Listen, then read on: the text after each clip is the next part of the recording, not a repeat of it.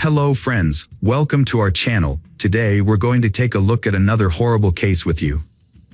The case of Gabriela Alcaino. Gabriela Alcaino was born on May 17, 2001, in Santiago, the capital city of Chile. She was the only child of Frederico Alino and Karolina Danosa Compos, and the first grandchild in a large, close-knit family. Her paternal uncle, Rodrigo, who served as her godfather, and her grandfather, Carlos, both adored her deeply, with Carlos regarding her as the central figure in his life. Gabriela grew up in a loving and supportive environment, despite her family's modest means. Her parents, though not wealthy, worked hard to provide her with a good education and upbringing. When Gabriela was 5, her parents divorced, and she lived with her mother, who dedicated herself to raising her. Her father, however, remarried and had 2 younger sons, but he continued to support Gabriela and her mother financially and remained involved in her life. Gabriela was a sweet and friendly child, who was a bit shy but made friends easily. Her gentle nature and lovely appearance earned her admiration from those around her. She excelled academically, enjoyed music, dance, and art, and her parents encouraged her talents. Gabriela cherished her relationships with her younger half-brothers, spending quality time with them at her father's nearby home during weekends and holidays. Overall, Gabriela's childhood was a happy and carefree time, filled with love and support from her family. Gabriela's first love was at the age of 15. She fell for Fabian Chasis Aravan, a fellow student who was a year older. At first, their relationship was innocent and sweet. They would walk together, share ice cream, and steal kisses. Fabian came from a good family with well-respected parents who valued education and raised him to be a good person. However, Fabian was a quiet and private person who struggled with social interactions. He would avoid eye contact and turn away from others, leading many to think he was just shy. Gabriela's father met Fabian and thought he was a calm, dependable, and responsible young man. He had a serious talk with Fabian, asking him to take care of Gabriela, and Fabian promised to do so. Initially, Fabian made an effort to be attentive and caring. However, as time passed, a different side of Fabian emerged. He became controlling and cruel, revealing a darker aspect of his personality. Fabian's controlling behavior dominated the relationship. He was intensely jealous and dictated who Gabriela could and couldn't interact with. He monitored her phone activity, insisting on instant responses to his calls and messages, regardless of the time. If she failed to comply, he would throw tantrums, displaying childish and abusive behavior. During the first 6 months of their relationship, Gabriela attempted to downplay Fabian's frequent outbursts of anger and jealousy, believing they would eventually subside. Blinded by her love for him, she tried to meet all his demands and held on to the hope that he would revert to the caring and gentle person she initially fell in love with. Fabian's behavior became increasingly irritable, volatile, and aggressive.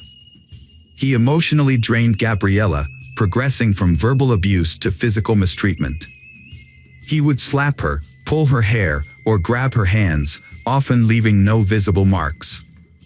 However, bruises would occasionally appear on her wrists and shoulders, evidence of Fabian's rough handling. Gabriela tried to hide her situation, but her loved ones noticed her depressed state and frequent tears. She was no longer her usual cheerful and outgoing self, instead withdrawing from friends and avoiding contact with people Fabian had forbidden her from seeing. Gabriela repeatedly tried to end her relationship with Fabian, but he would not let her go. Despite her efforts to break free, he would pressure her into getting back together. This cycle of breaking up and reuniting continued for over a year, marked by Fabian's stalking, threats, and harassment. In 2017, Fabian got into trouble for physically attacking a classmate outside of school. Although the details of the incident were unclear, he was accused of mistreatment and assault, which could have led to jail time. However, the case was settled out of court, and Fabian was expelled from school. He was forced to complete his education through homeschooling. When Gabriela finally decided to end the relationship for good, Fabian became angry and desperate. He apologized and promised to change, begging her to take him back. However, when she refused, he began to stalk and harass her.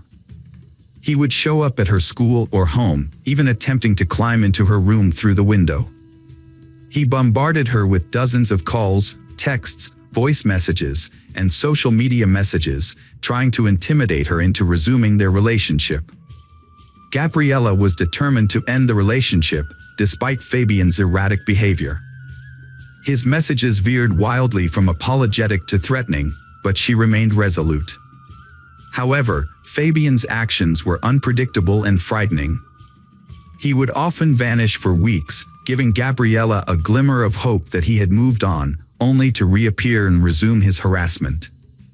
Fabian's behavior was relentless and intrusive.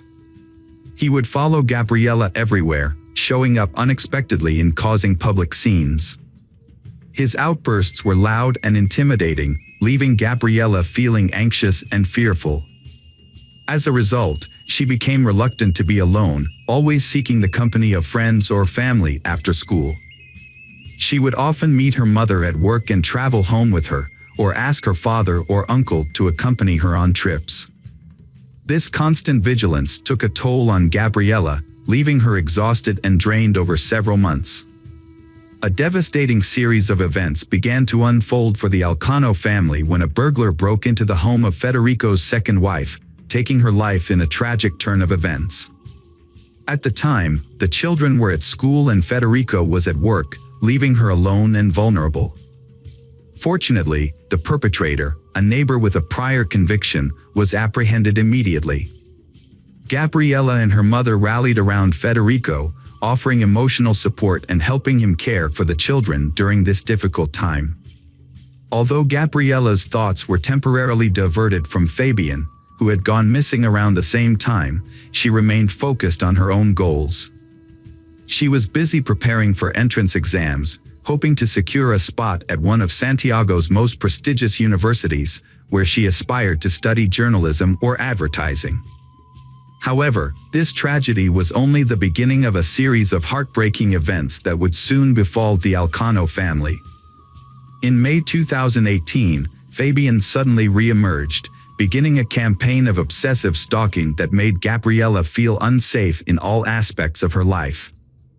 He was able to access her property by climbing over the fence and even showed up at places she regularly visited, such as the supermarket and the mall. By early June, Gabriela was so alarmed by his behavior that she sent screenshots of her disturbing messages with Fabian to her two closest friends, including audio recordings where he explicitly threatened her and demanded they restart their relationship. Gabriela was secretly living in fear for her own safety and that of her loved ones, but she chose not to share her concerns with her family to avoid causing them unnecessary worry. On June 10, 2018, the Alino family came together to celebrate a milestone birthday, Carlos's 80th. Tragically, this joyful gathering would turn out to be the last day of life for Gabriela and her mother, Karolina. The evening had begun on a happy note, with the house filled with laughter, music, and the warmth of a big family meal. As they celebrated Carlos's special day, everyone wished him good health and many more years to come. Gabriela played with her younger brothers and her uncle Rodrigo's children, but despite the festive atmosphere, she seemed somewhat preoccupied and distant. Her uncle noticed her unease and decided to approach her, asking if everything was okay and if something was troubling her. Gabriela gave a sad smile and shrugged, but didn't explain why she was nervous. Her uncle chose not to pry, thinking she would open up when she was ready. However, he later regretted not pressing her for more information. After the party, Federico drove his ex-wife and daughter home. He kissed Gabriela on the forehead, told her he loved her, and reassured her that she could always count on him for support. He then returned home with his younger children. Tragically, this was the last time he saw his eldest daughter and first wife alive. In the early hours of June 11th, a horrific crime took place. Fabian, armed with a hunting knife, climbed over the fence of his ex-girlfriend's house. He planned to sneak into Gabriela's bedroom through the window and attack her. However, just as he was about to enter, the lights turned on and the back door creaked open. Karolina, who had been unable to sleep, had gotten up to investigate the noise. Fabian pounced on her, pushing her back inside, and began stabbing her repeatedly. Fabian brutally stabbed his Karolina 36 times, with most of the wounds inflicted on her chest, neck, and head. This attack was fatal and left her with no chance of survival. Karolina only managed to scream a couple of times before falling silent. The noise from the attack woke up Gabriela, who rushed downstairs to see what was happening. As she went down, she saw Fabian, covered in blood and clearly enraged. He caught hold of her and dragged her down. Gabriela was desperately trying to call the emergency services with her phone, but she couldn't make the call. In a horrific act, Fabian attacked Karolina and stabbed her once in the chest, piercing her heart and instantly killing her. He then moved her body to the kitchen. After the murder, Fabian tried to cover his tracks by wiping away his fingerprints and cleaning the bloody footprints. He also washed himself and the knife in the bathroom. After cleaning up, Fabian left the house quietly around 5:30 a.m. without being noticed by the neighbors. Following the event, Frederico appeared unaffected. However, concerns grew when Karolina, typically a reliable and communicative colleague, missed work for 2 consecutive days without answering her phone. Her employer contacted Frederico, asking him to find out what had happened to Karolina. When questioned, Frederico was surprised and claimed to have called Karolina, but she was unreachable, as was Gabriela, whose phone was off. Next, Frederico phoned his brother, Rodrigo, but Rodrigo stated that he had neither seen nor heard from the missing individuals since their friend's birthday. Following the phone call, Frederico decided to pay a visit to Karolina's home. The property appeared uninhabited. Nonetheless, Karolina's vehicle remained in the garage. Without forcibly entering, despite possessing a spare key, Frederico merely checked on the status of the property. Frederico called the police and asked them to check the house, but he didn't enter himself because he was afraid of what he might find. The police officers were puzzled by this, especially since he had a key. When they finally entered the house at 11 a.m., they found the lifeless bodies of Karolina and Gabriela on the kitchen floor, surrounded by pools of blood. Despite the obvious fact that the women had been dead for over a day, Frederico was overcome with grief and irrationally demanded that the police call an ambulance to save them. The police had to calm Frederico down, but his behavior raised suspicions, and they took him outside to a police car for questioning. When he tried to leave the car and found the door locked, he became agitated and demanded to know why. It was then that he realized he was the main suspect in the double homicide. Frederico was shocked and devastated by this turn of events, unable to comprehend how he could be suspected of killing his own daughter. Rodrigo arrived shortly after and was equally shocked to learn that his brother had not been released. He was also struggling to come to terms with the investigation revealed that Gabriela's friends reported that she was being stalked by her ex-boyfriend, Fabian. Screenshots of his threatening messages and voice recordings, which included a disturbing phrase, "It's easier to take her life than to let her go," were also obtained. This came as a shock to Frederico, Gabriela's father, who recalled that Fabian seemed pleasant when they first met, despite his daughter's failed attempts to break up with him. The contrast between the heinous crime and the normalcy of Fabian's daily life, where he spent time with family and friends and posted light-hearted photos on social media, made his crime all the more inconceivable.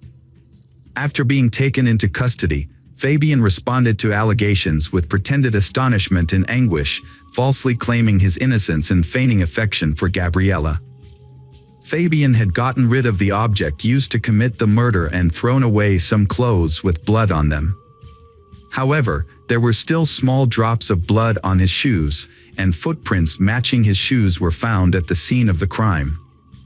Additionally, 4 of Gabriela's classmates said they heard Fabian threaten her, saying it would be easier to kill her than let her go.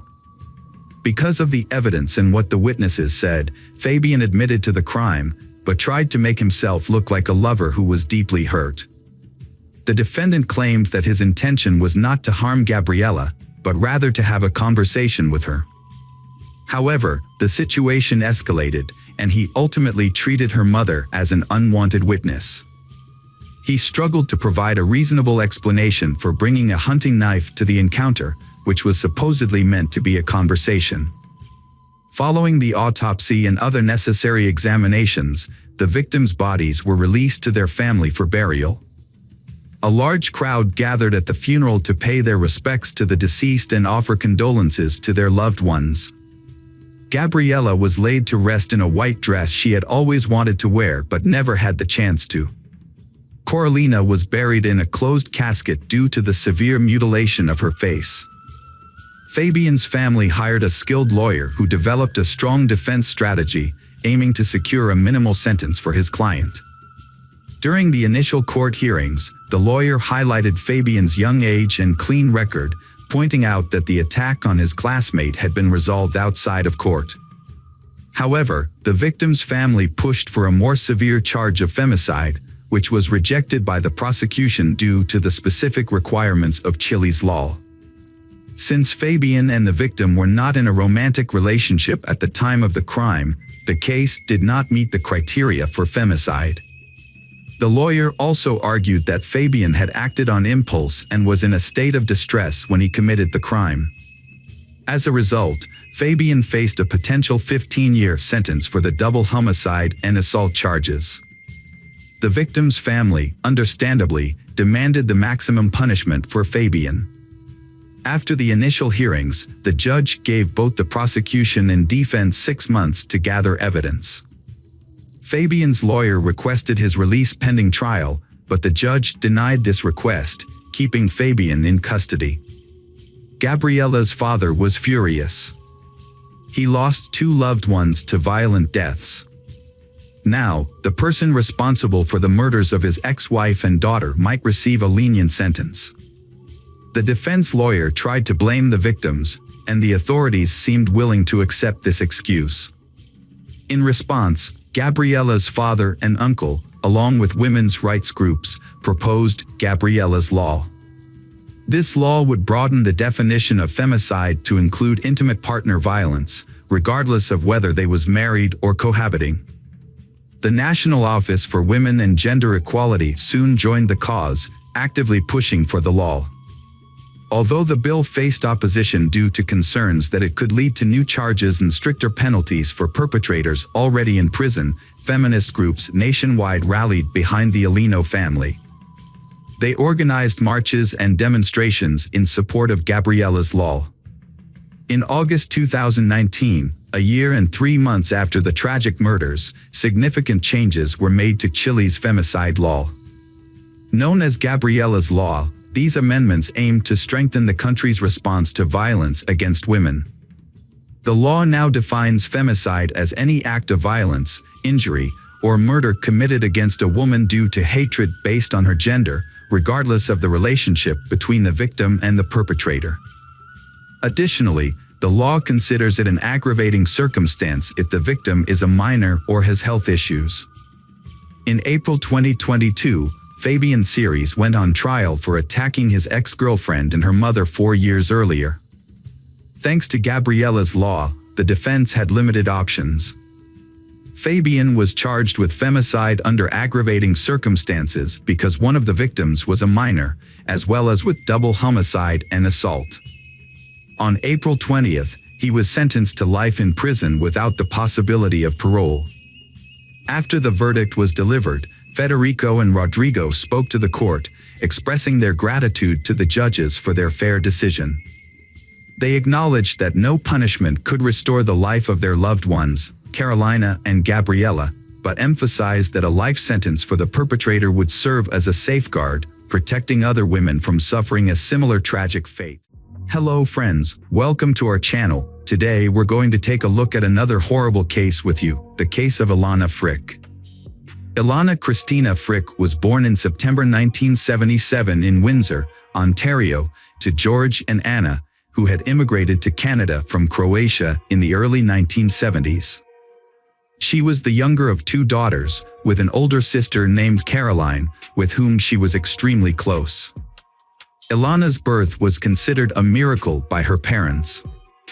Her mother, Anna, had faced serious health complications after her first pregnancy, and doctors had told them that Anna would likely never conceive again. Anna and George made a significant effort to ensure their daughter's well-being and meet their needs, in spite of the difficulties they faced. They both worked at a car factory, striving to give Ilana and Karolina a good education and a comfortable life. Growing up, Ilana was a diligent and passionate student. She spent most of her free time reading, also found time to attend dance classes, practice gymnastics, and compete in track and field events. During her summer breaks, Ilana chose to work to help support her family, often working in cornfields and learning to manage her finances wisely. As she progressed through school, Ilana excelled in math and science, and by the time she reached high school, she had set her sights on a career in medicine. Ilana graduated at the top of her high school class and was accepted into a prestigious medical university. Around the same time, she started dating Matthew Ryan, a classmate from high school who was also studying in the same department. They maintained a long-distance relationship after graduation, with Ilana moving to Ottawa to pursue a residency program at the university. Matthew, on the other hand, chose to work at a local hospital and did not pursue further education. Despite the distance, Ilana and Matthew's relationship continued until nearly 2002. They had even made plans to get married, but ultimately decided to remain friends. By then, Ilana was interning at a top clinic and was working towards earning a doctorate, while Matthew's career had not advanced. In February 2003, during a night shift at the hospital, Ilana met Mohammed Shamji, a new colleague. She was immediately drawn to him. Mohammed, who was just a year older than Ilana, was a resident in the neurosurgery department and came from a family of prominent doctors. Mohammed Shamji was born and raised in Ottawa, Ontario, into a family of medical professionals. His father, Farid Shamji, was a well-known surgeon, and his mother, Edith, was a talented psychiatrist. Mohammed's older brother, Ali, also pursued a career in medicine, becoming a medical biophysicist. Both brothers attended Yale University, and later, Mohammed returned to Canada to earn his doctoral degree from the University of Western Ontario. Additionally, Mohammed had taken an interest in a blonde woman, but at first, he did not make any attempts to approach her. Ilana was immediately drawn to Mohammed, a tall, dark-skinned man, and sought to capture his attention. He eventually asked for her number and initiated contact, marking the beginning of their romance. Initially, Ilana perceived Mohammed as a reserved individual who hesitated on dates, jumped between topics, or fell silent, giving the impression of being introverted. However, it was later discovered that his behavior was not due to shyness but rather a lack of interest. Unbeknownst to Ilana, Mohammed was seeing another woman at the time and intentionally kept this a secret. When Ilana discovered she had a rival, she became resolute in her determination to be the only woman in his life. The first year of their relationship was tumultuous, with they breaking up on 3 separate occasions, rekindling. This was largely due to Ilana's persistence in pursuing the relationship. Despite her parents' awareness of the issues and their encouragement to leave Mohammed, Ilana remained resolute, convinced that she had found her soulmate. Ilana often showered Mohammed with gifts, surprises, and home-cooked meals, but he only sporadically reciprocated her affection. Mohammed seemed content to accept Ilana's displays of love without feeling obligated to return them. This dynamic created an emotional imbalance, where Ilana grew increasingly dependent on Mohammed. In the summer of 2004, Ilana and Mohammed, received unexpected news: Alina, unplanned pregnancy. A sudden life-changing event forced them to rethink their future plans. While both were anxious about the news, Muhammad felt a strong obligation to marry Alina before the baby was born, as is traditional in his conservative Muslim upbringing. In September 2004, they had a two-part wedding. The first ceremony adhered to Muhammad's family's cultural customs, while the second was a more casual celebration with friends at a popular restaurant. At the time, the newlyweds seemed happy and in love. However, their happiness was short-lived. When their daughter, Yasmin, was born in January 2005, their marital problems became apparent. Muhammad's focus on his career and education left Alina and their newborn daughter feeling neglected. To make matters worse, Muhammad had been hoping for a son and wasn't afraid to express his disappointment. This marked the beginning of a troubled marriage that would ultimately end in tragedy. After having her child, Alina took maternity leave to care for her daughter and manage the household. When Muhammad returned home, he would often go straight to his room and spend very little time with his wife and children, which left Alina feeling abandoned and unappreciated. As time passed, Muhammad's behavior worsened, and he became increasingly critical and abusive. He would insult Alina's appearance, refuse to eat her cooking, berating and insulting his wife. Despite her growing unhappiness, Alina chose not to confide in anyone, including her close friends and parents, about her marital problems. However, one day, while Alina was on the phone with her mother, Muhammad returned home in a bad mood and began berating Alina in front of her mother. Alina's mother tried to defend her, but Muhammad shifted the blame onto Alina, claiming she was responsible for their troubled marriage. Alina's mother advised her to end the relationship with Muhammad and file for divorce, but Alina declined, hoping that she could still salvage the marriage. Unfortunately, Muhammad's actions worsened, and he started physically harming Alina on top of the verbal abuse she had already been enduring. The situation reached a boiling point in the summer of 2005 when Muhammad punched Alina in the face, breaking her nose. Fearing for her safety and that of her child, Alina fled to friends and reported the incident to the police, finally deciding to end the marriage and leave Muhammad for good. Muhammad surprisingly begged his wife, Alina, to come back, vowing to never physically abuse her again or even raise his voice. He promised that their family life would be perfect, and he would control his temper. However, Muhammad's sudden change of heart was motivated by self-interest. As a young neurosurgeon, he was about to start at Duke University, working towards his doctorate, and a criminal conviction would ruin his promising medical career. Muhammad's primary concern was his own future, but he successfully convinced Alina to drop the charges against him. She even agreed to follow him to North Carolina, where he would pursue his studies. Alina's loved ones were confused when she didn't leave her husband despite the difficulties she was facing. Instead, she moved to another country with Muhammad. When they encouraged her to reconsider, she stood her ground. When the family settled in the US, life appeared more tranquil for a time. Muhammad earned a highly competitive spot in an elite engineering program. Meanwhile, Alina joined Duke University on a full tuition scholarship. Their relationship grew stronger and became more confident in their decision to have more children. After the arrival of their daughter Fiza, they welcomed another child. Unlike their son's relatively smooth birth, Fiza's delivery was more challenging. The new addition to the family brought immense joy, and they felt grateful for their family growing closer. What secrets lay hidden behind the perfect facade of this family? In the late summer of 2009, Alina and her husband, along with their children, returned to Ottawa, Canada, and settled back into their home. Alina, however, soon ended her maternity leave and secured a job as a family doctor at a renowned hospital, quickly building a solid reputation. Her husband, meanwhile, juggled work, studies, and teaching at a university. As social media gained popularity in the late 2000s, they started a personal blog that portrayed them as an ideal family. They shared photos of their vacations, accomplishments in science, and luxury lifestyle, complete with a lavish home. They even posted about attending prestigious conferences and trendy resorts. To outsiders, they seemed like a happy, successful, wealthy, and deeply in love couple with no problems. However, this perfect image hid a dark reality.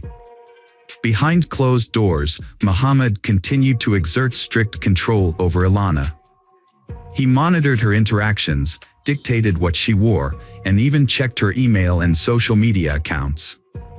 He openly criticized her appearance, style, and parenting methods, leaving Alana feeling silent and trapped.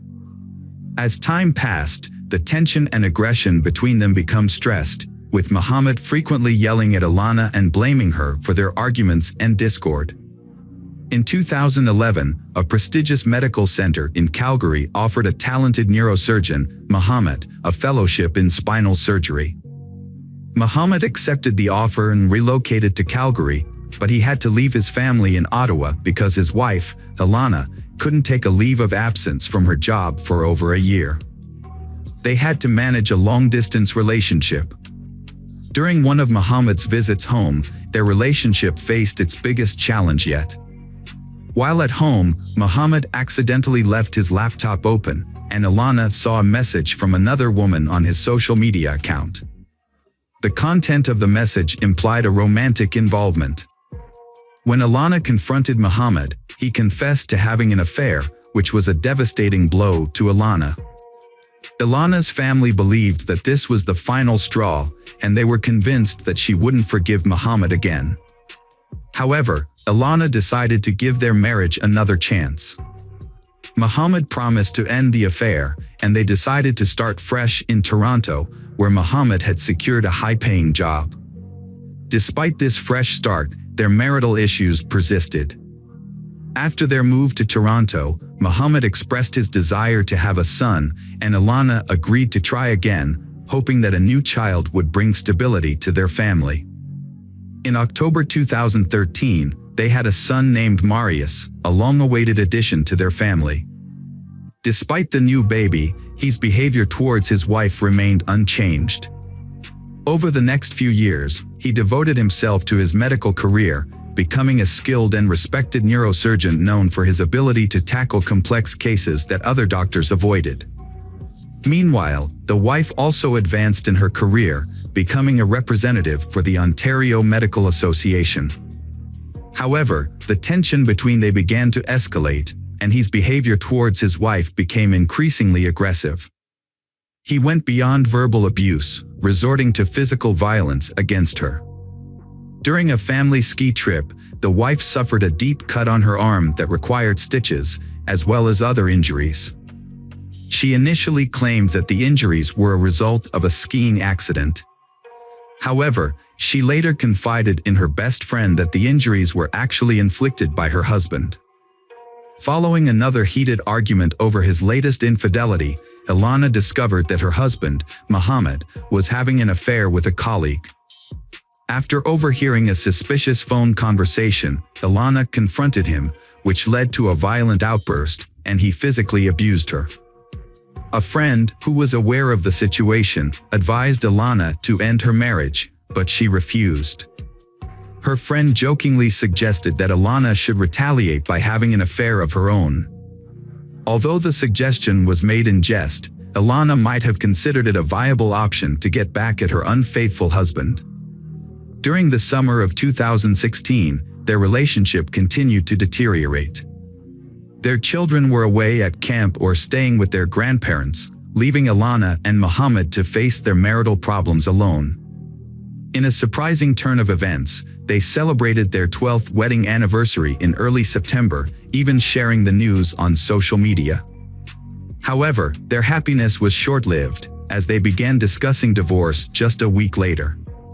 Despite his marital transgressions, Muhammad refused to acknowledge his actions as grounds for divorce, claiming that he was happy with his current situation. On the other hand, a desperate Alana initiated an affair with a coworker who had been flirting with her, escalating their relationship turmoil. Elena found herself swept up in a new romance, feeling cherished and adored by her partner. This was a welcome change from her current situation, and she reveled in the long-absent sensation of being loved and desired. However, her personal life was about to take a dramatic turn. A fierce argument erupted in the family on November 25, 2016. Elena informed her husband that their divorce was unavoidable. The following day, she consulted with a divorce attorney and then departed for a 3-day medical conference in another city. While Elena was away, her husband, Mohammed, sent her a series of messages, begging her to reconsider and work on saving their marriage for the sake of their children. Elena returned home on November 30th and made a final phone call to her parents. Although her voice betrayed some anxiety, she reassured them that everything was okay. Unbeknownst to her family, Elena had attempted to call the police that evening, but in her distress, she accidentally misdialed the number, leading to a devastating outcome. On December 1st, Anna tried to contact her daughter Ilana but was unable to reach her. Concerned, Anna called her son-in-law Mohammed to ask what was wrong. Mohammed claimed that Ilana had packed her bags in the middle of the night and left him and their children to be with her lover. However, Anna and her husband were skeptical of Mohammed's story, knowing that their daughter would never abandon her children. They asked a close friend of Ilana's to keep an eye on the Mohammed home while they traveled to Toronto to report Ilana's disappearance to the police. The friend reported that Ilana's car was still parked in the driveway, which only added to the family's concern.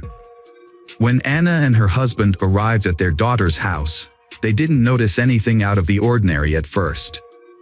However, Mohammed was agitated and insisted that Ilana was with her lover, repeating the same story he had told the police earlier. After Ilana was reported missing, a shocking discovery was made. The police found a body inside a suitcase.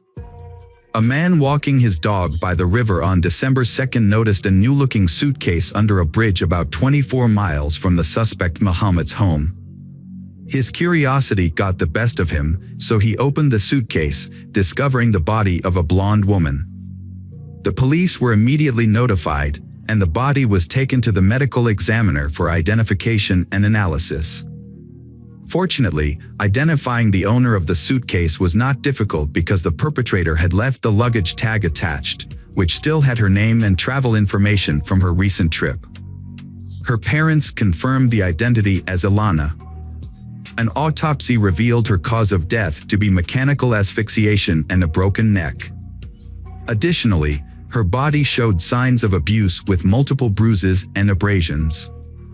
Notably, the victim was found dressed in pajamas with no shoes. Considering the victim's position in clothes, it appears she was placed inside the suitcase immediately after her death. The investigation led to the suspect's arrest later that evening at a coffee shop. Evidence indicated he was planning to leave the country. A lawyer accompanied the suspect during his meeting at the time of arrest. However, law enforcement thwarted the escape.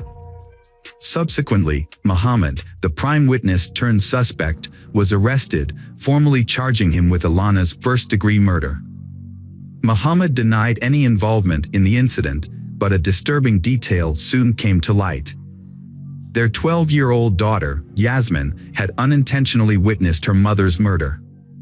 Yasmin reported hearing screams and noise coming from her parents' room, prompting her to rush there. She opened the door slightly and saw her father kneeling behind the bed, while her mother was likely on the floor, out of her sight. Mohammed ordered Yasmin to leave the room immediately, shut the door, and go back to bed. The next morning, he told his daughters that their mother had left. Despite her young age, Yasmin sensed that something terrible had occurred, but she couldn't fathom that her father was responsible for her mother's death. To avoid putting his daughter through the trauma of testifying in court, the accused confessed to the crime. He recounted the events of that fateful evening, stating that he and his wife had argued over her alleged infidelity and desire for a divorce. Muhammad claimed that he didn't intend to harm his wife, but the situation escalated rapidly. The argument turned violent, and when his wife tried to call the police, he knocked the phone out of her hand. She began screaming, and Muhammad struck her multiple times in the face before pinning her to the floor and strangling her with his hands. Muhammad's daughter entered the room, but couldn't see what had happened behind the bed. By the time Muhammad realized his wife was not breathing, it was too late. In a desperate attempt to revive her, he made a fatal mistake, breaking her neck. Panicked, he placed her body in a large suitcase and drove around for hours, unsure of what to do. Eventually, he stopped at a small bridge over a river and threw the suitcase into the water, hoping the current would carry it away. However, the suitcase got stuck against the bridge's foundation, hidden in the darkness. During the trial of the surgeon, a scandal emerged involving his father, Frederico. The elderly man made derogatory comments about his deceased daughter-in-law, trying to justify his son's actions by claiming she had been unfaithful and provoked him. As a result, his medical license was revoked.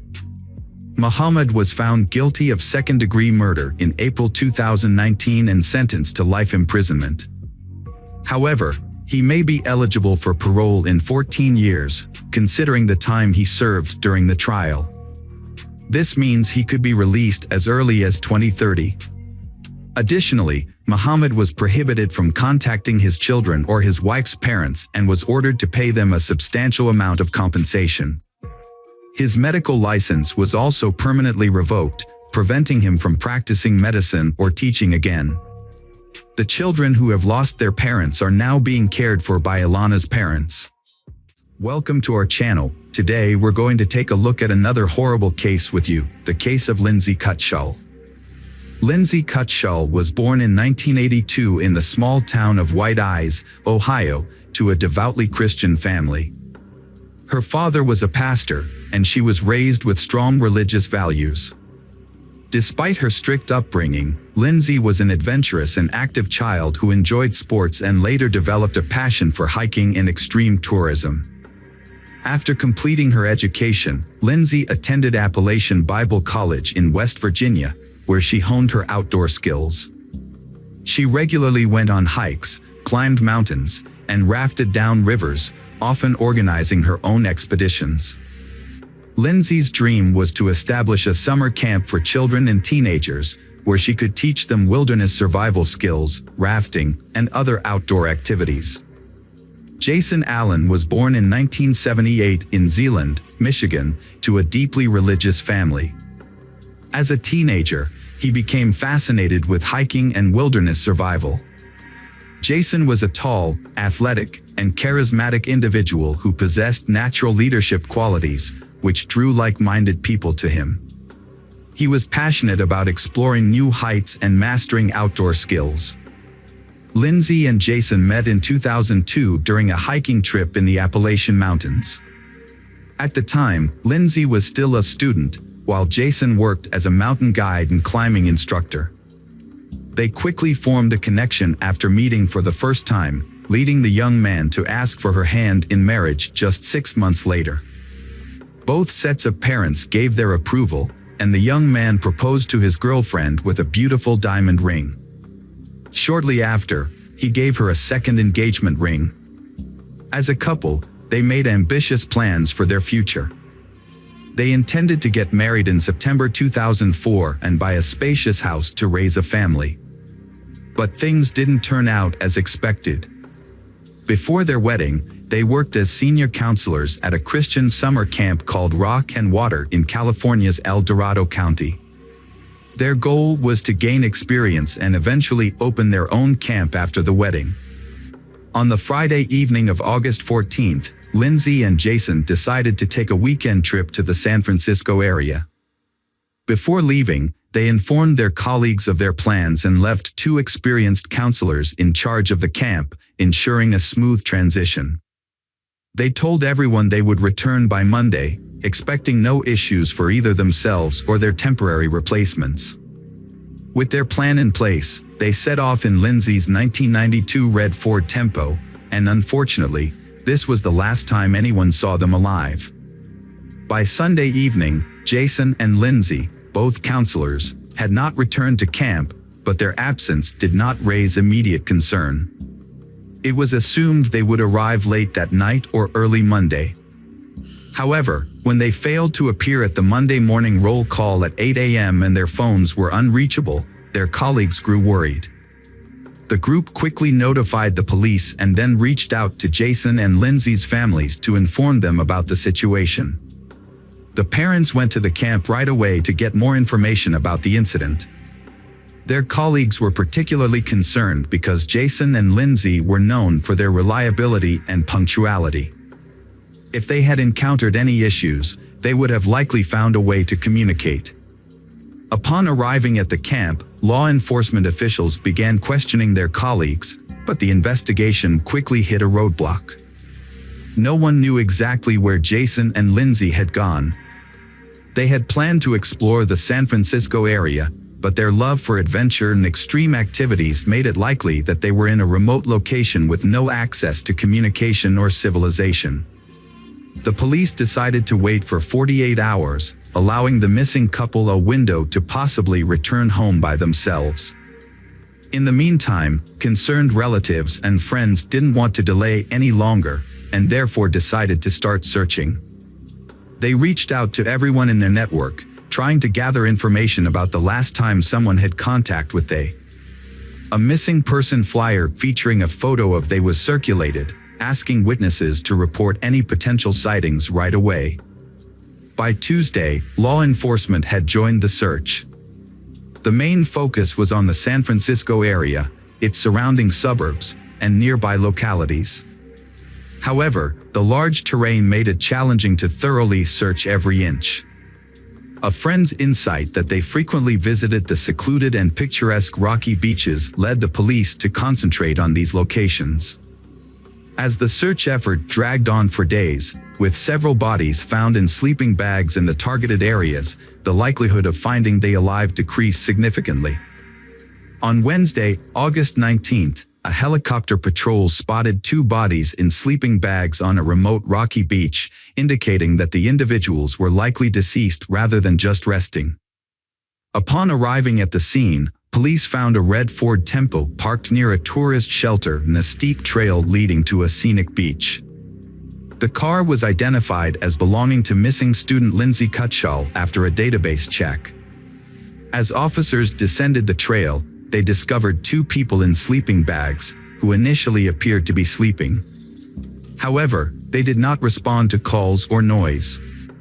Closer inspection revealed that the individuals, a young man and woman, were deceased, with no signs of life. Preliminary examination suggested that they had been killed by gunshot wounds to the head, and the smell of decomposition indicated they had been there for over a day. All of their belongings, including phones, wallets, bank cards, and cash, were found next to them, ruling out robbery as a motive. The car keys were also visible, eliminating car theft as a motive. Investigators initially believed the deceased were the young couple who had gone missing near San Francisco the previous week. Documents found at the scene confirmed the identities of the victims as Lindsay Cutshall and Jason Allen. However, formal identification by their relatives was still necessary. When the parents arrived, they were overcome with grief upon recognizing the bodies of their children. The investigation led police to rule out initial theories of robbery or carjacking due to the presence of untouched valuables, money, and keys at the scene. Forensic analysis also showed no signs of physical or intimate assault on the bodies, except for the fatal gunshot wounds to the head. It appeared that Lindsay and Jason were peacefully sleeping and did not have time to react to the attack. They showed no signs of trying to defend themselves, escape, or even get out of their sleeping bags, indicating a sudden and deliberate act that was similar to an execution or a revenge killing. The brutal murder of 2 individuals on a secluded beach left investigators with many questions but no clear answers. The beach was difficult to access, and there were no signs of anyone else being in the area. Despite a thorough search, no shell casings were found, leading investigators to believe that the shooter may have taken them or thrown them into the ocean. The fact that the shots were fired at close range into the victim's head suggested that the casings should have been nearby if they hadn't been deliberately moved. A search of the area revealed an empty beer bottle a few meters from the crime scene. This was notable because Lindsay and Jason did not drink alcohol and led a healthy lifestyle, suggesting that the bottle may have belonged to the shooter. The brand of beer was unusual for the area and was more commonly found in a neighboring state. Although it was unclear whether the bottle was connected to the crime, it was considered a significant lead in the investigation. A theory emerged that Lindsay and Jason may have had a confrontation with someone the day before their deaths, and this person may have returned at night with a gun to settle the dispute. Although Jason and Lindsay were known for being friendly, it was possible they may have unknowingly offended someone. Additionally, the shooter may have been intoxicated or mentally unstable. Examination of the bullets found in the victim's skulls showed they came from a rare Marlin rifle, specifically a .45 caliber Model 18, produced in 1994 by Marlin Firearms Company. This type of rifle was typically used for hunting and was often part of a collector's arsenal. This discovery was a significant lead in the investigation, but it remained the only concrete clue at the time. Investigation suggested that the shooter was likely a lone male. He may have been a hunter, collector, or gun enthusiast. To further the investigation, authorities aimed to reconstruct their final route, identify who they may have contacted, and determine when they were last seen alive. Fortunately, they had taken many photos, and their camera was found intact among their belongings, which provided a useful starting point for tracking their movements. A guest book at a tourist cabin near the lookout point, where they had parked their car, contained entries expressing their delight with the weekend getaway. They had also visited a fishing pier about 20 miles away on Saturday, as evidenced by the photographs they took. Police officers returned to the pier and interviewed locals to find people who may have seen something significant. Several people remembered a young couple in a red car who inquired about overnight accommodations but found all 3 nearby hotels fully booked due to peak tourist season. They had dinner at a local restaurant, walked around the area, and took photos before leaving in the evening. According to those who saw and interacted with them, they was friendly, did not engage in any conflicts, and seemed carefree and happy. However, none of the witnesses could recall anything unusual or suspicious. The location where the bodies were found was a protected area, closed to camping.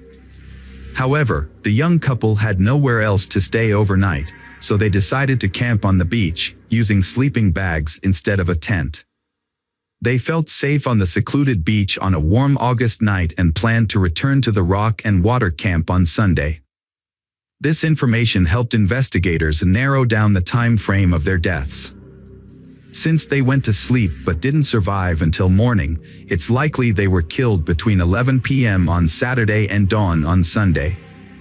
Despite the ongoing investigation and public appeals for information, police withheld certain details, including the results of the ballistics analysis. This action was taken to prevent the suspect from being tipped off and getting rid of the murder weapon before the investigation could start. The investigation first focused on a local homeless man who was known to sleep on the beach where the crime occurred. He was found and questioned by police, but despite not having an alibi for the night of the crime, he was not confirmed to be involved. The main reasons for this were that the murder weapon was never found and his DNA did not match the DNA found on a beer bottle discovered at the crime scene. The case went cold for nearly 2 years, but in the spring of 2006, police decided to release more information about the crime, including details about the weapon used. They also offered a $50,000 reward for any information that could help identify the perpetrator and solve the case. Following the public appeal, authorities received over 1,000 calls, but only a few were useful for the investigation. One individual, 26 years old Sean Gallen, drew particular attention from several locals who described him as an aggressive collector of firearms and blades. He was reportedly prone to conflicts, had a history of property damage, and frequently threatened violent behavior. The police investigated Sean Gallen and questioned him because they already knew him from previous incidents involving fights and drunk driving. Upon inspecting his possessions, Sean did possess numerous weapons but did not own the rifle in question. Authorities were unable to verify his whereabouts around the time of the crime due to the year gap, and his DNA did not match the sample found on the beer bottle at the crime scene, forcing his release. Meanwhile, international authorities were investigating another individual, 61 years old Joseph Henry Burgess, who made locals nervous due to his tendency to carry firearms and exhibit aggressive behavior. Burgess was described as erratic, often claiming he received orders from God, sparking suspicion that he could be the perpetrator.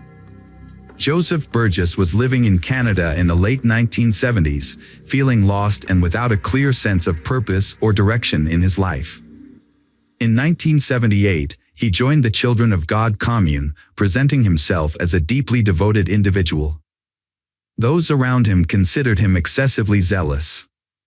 A rivalry with two young members escalated into hostility, and shortly after, both individuals were found dead with multiple close-range gunshot wounds to the head. The circumstances of their deaths were particularly notable. Their bodies were discovered in sleeping bags on a beach, suggesting they were shot while asleep. By the time the authorities arrived, Joseph had disappeared. Although evidence left behind implicated him in the crime, he had already fled to the United States, crossing the border illegally. Joseph managed to evade capture for nearly 25 years until the police linked him to a double homicide in California. However, the opportunity to question him was lost when a shootout occurred during his arrest, resulting in the deaths of both a police sergeant and Joseph, who initiated the gunfire. This ultimately unresolved case remains shrouded in mystery. A 35-year-old man named Seamus Gallen was killed by his younger brother, Sean Gallen. The brothers had gotten into an argument, during which Sean, who was under the influence of illicit substances, shot Seamus 3 times with a gun. Sean had a history with the police, having been previously investigated for a double murder on a beach, but was released due to lack of evidence. Since then, Sean had been in trouble with the law twice for causing property damage and making threats, but only received fines. It was also discovered that Sean was an avid hunter and enjoyed making knives and other bladed weapons.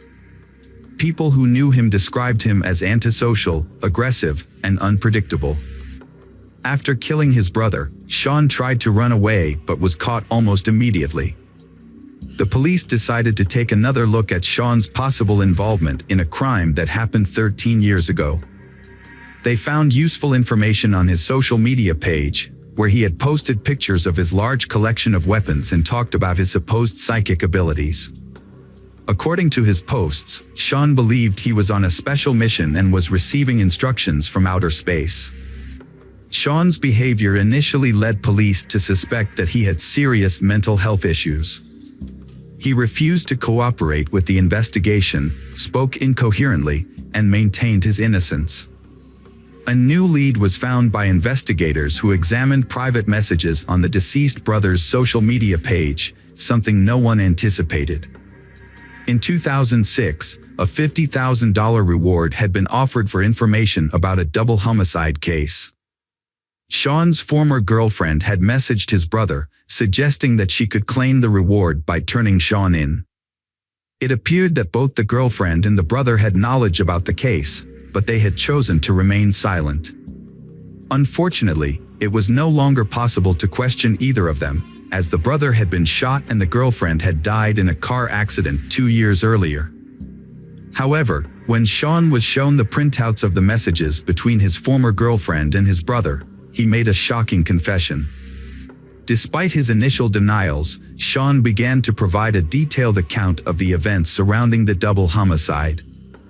His recollection of the details was vivid, even though more than 13 years had passed since the crime occurred.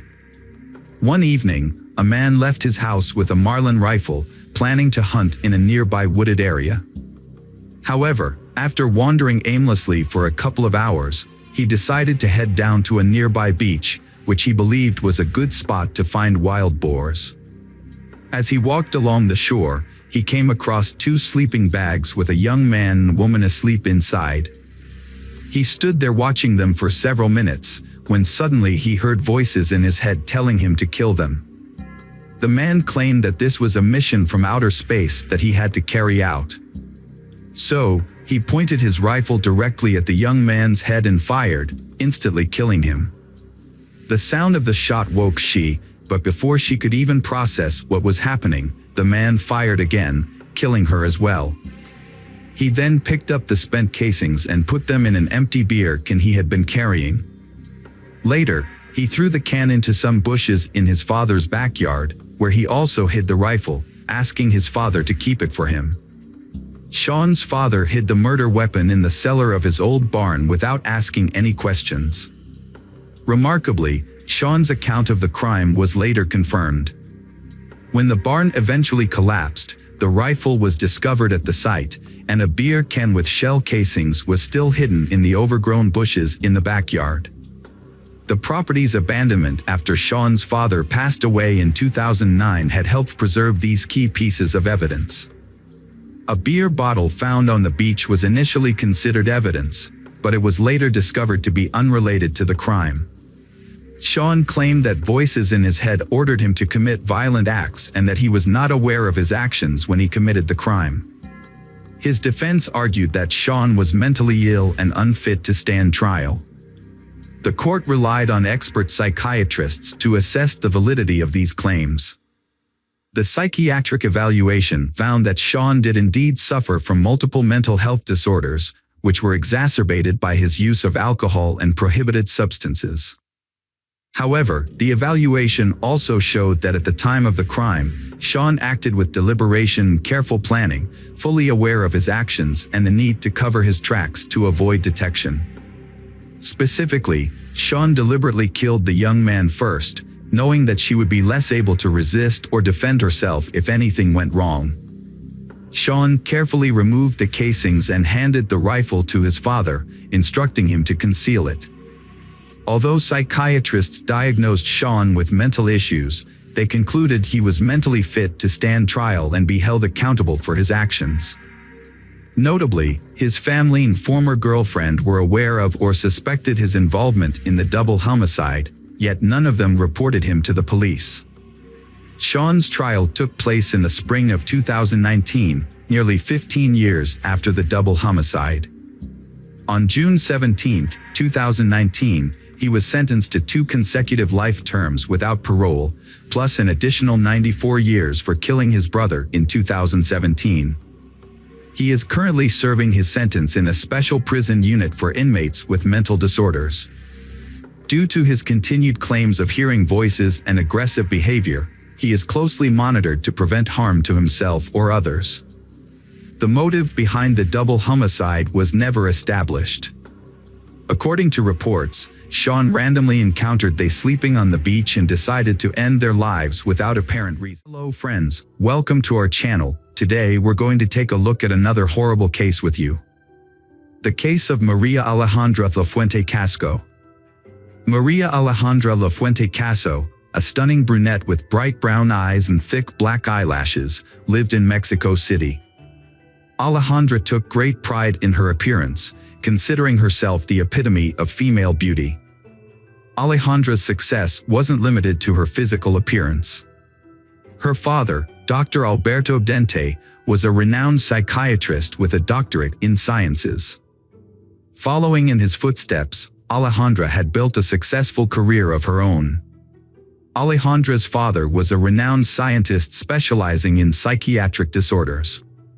She idolized him and aspired to follow in his footsteps, enrolling in the top psychiatry university and graduating with honors, thanks to her hard work and his connections. After completing her studies, Alejandra shifted her focus from psychiatry to psychotherapy. With her father's financial support, she obtained a license and set up her own practice in a prestigious business center in the capital.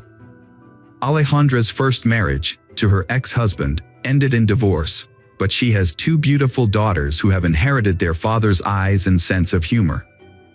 Despite this failure, Alejandra still hopes and continues to dream of finding a partner who can be a good father to her daughters. After the divorce, her ex-husband would visit the children regularly on weekends, helping with housework and spending time with them. During one such visit, Alejandra asked him to enter the house through the backyard, claiming that the front door was jammed. Little did he know that this would be his last visit.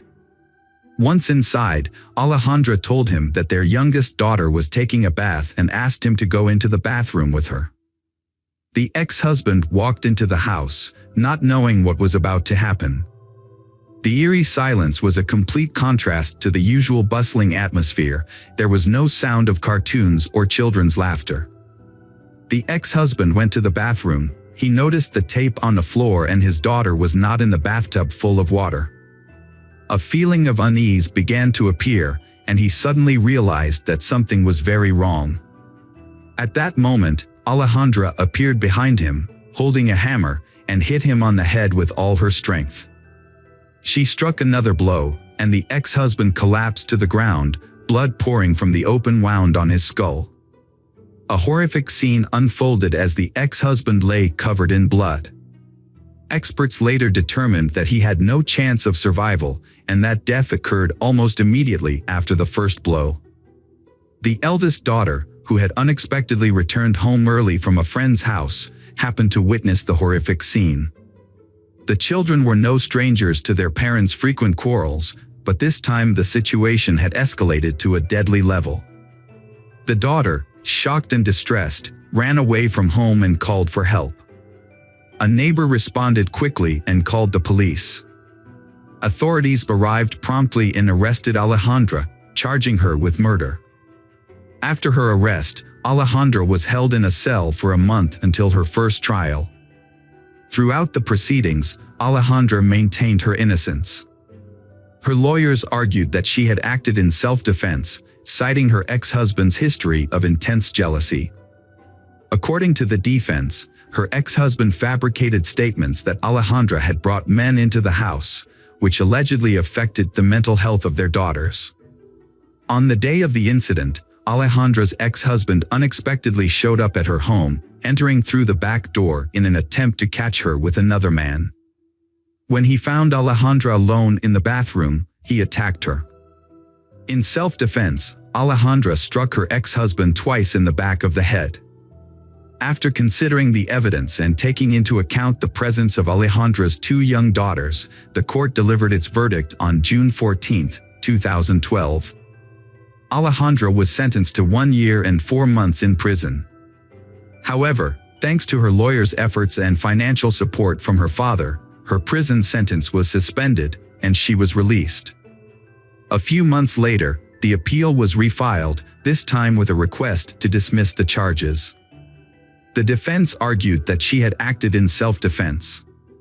Human rights activists advocated for a jury trial, sympathizing with she who was portrayed as a victim of domestic violence. The court reviewed the case and ultimately acquitted her.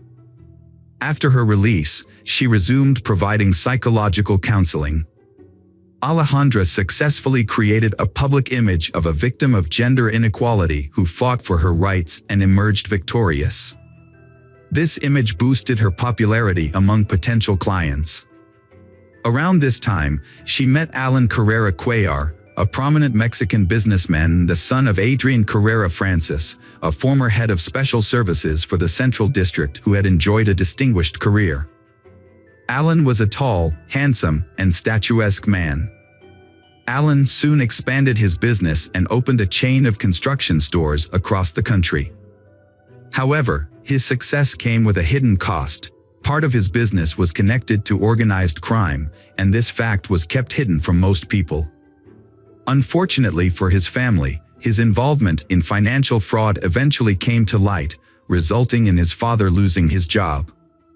As it turned out, Alin had a significant stake in a criminal organization that smuggled psychotropic substances into the United States. The group operated from a base in a border town where they were protected by corrupt police officers. This organization controlled a portion of the South's psychotropic substance trafficking.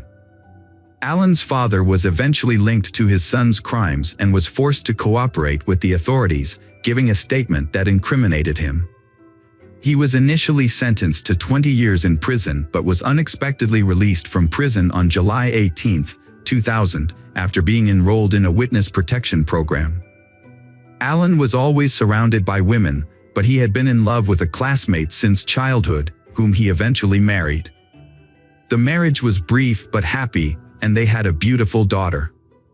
However, Alin's frequent absence from home due to work led to their divorce. He found it extremely difficult to part with she he had loved since high school.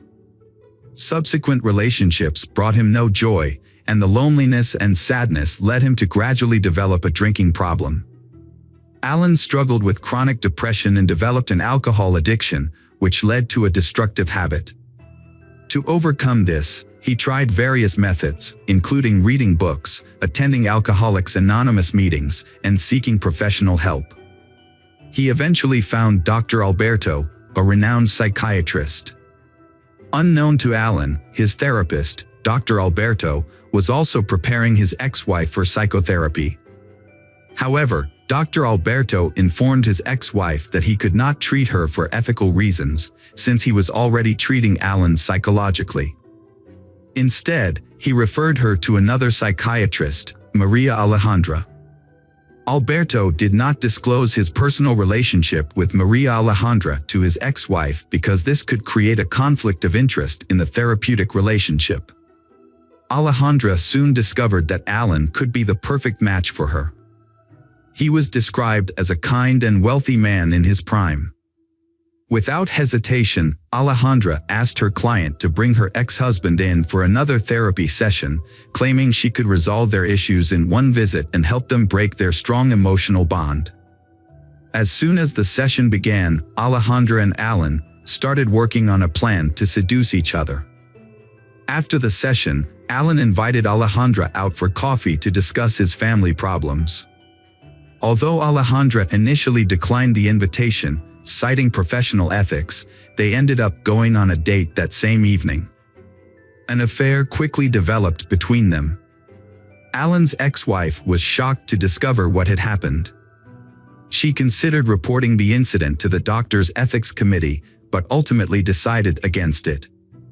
Alejandra, a competent specialist, convinced her that pursuing the matter was motivated by jealousy and an inability to let go of the past. The doctor believed that holding on to these feelings would hinder her chances of a happy future. Ultimately, Alin's ex-wife chose not to report the affair. Meanwhile, her sessions with the doctor came to an end. Alin and Alejandra's relationship progressed quickly. Within a few months of their first date, they decided to move in together. 2 months later, they decided to get married. However, Alin was unaware of the secrets that Alejandra was hiding, including the reason behind her divorce from her ex-husband. In April 2014, Alin traveled to visit his parents for the weekend, which turned out to be the perfect opportunity to discuss his upcoming wedding with them. However, Alin's parents were shocked to learn about his fiancée, Alejandra, as they had never heard of her before. A week after Alin's conversation with his parents, they registered their marriage.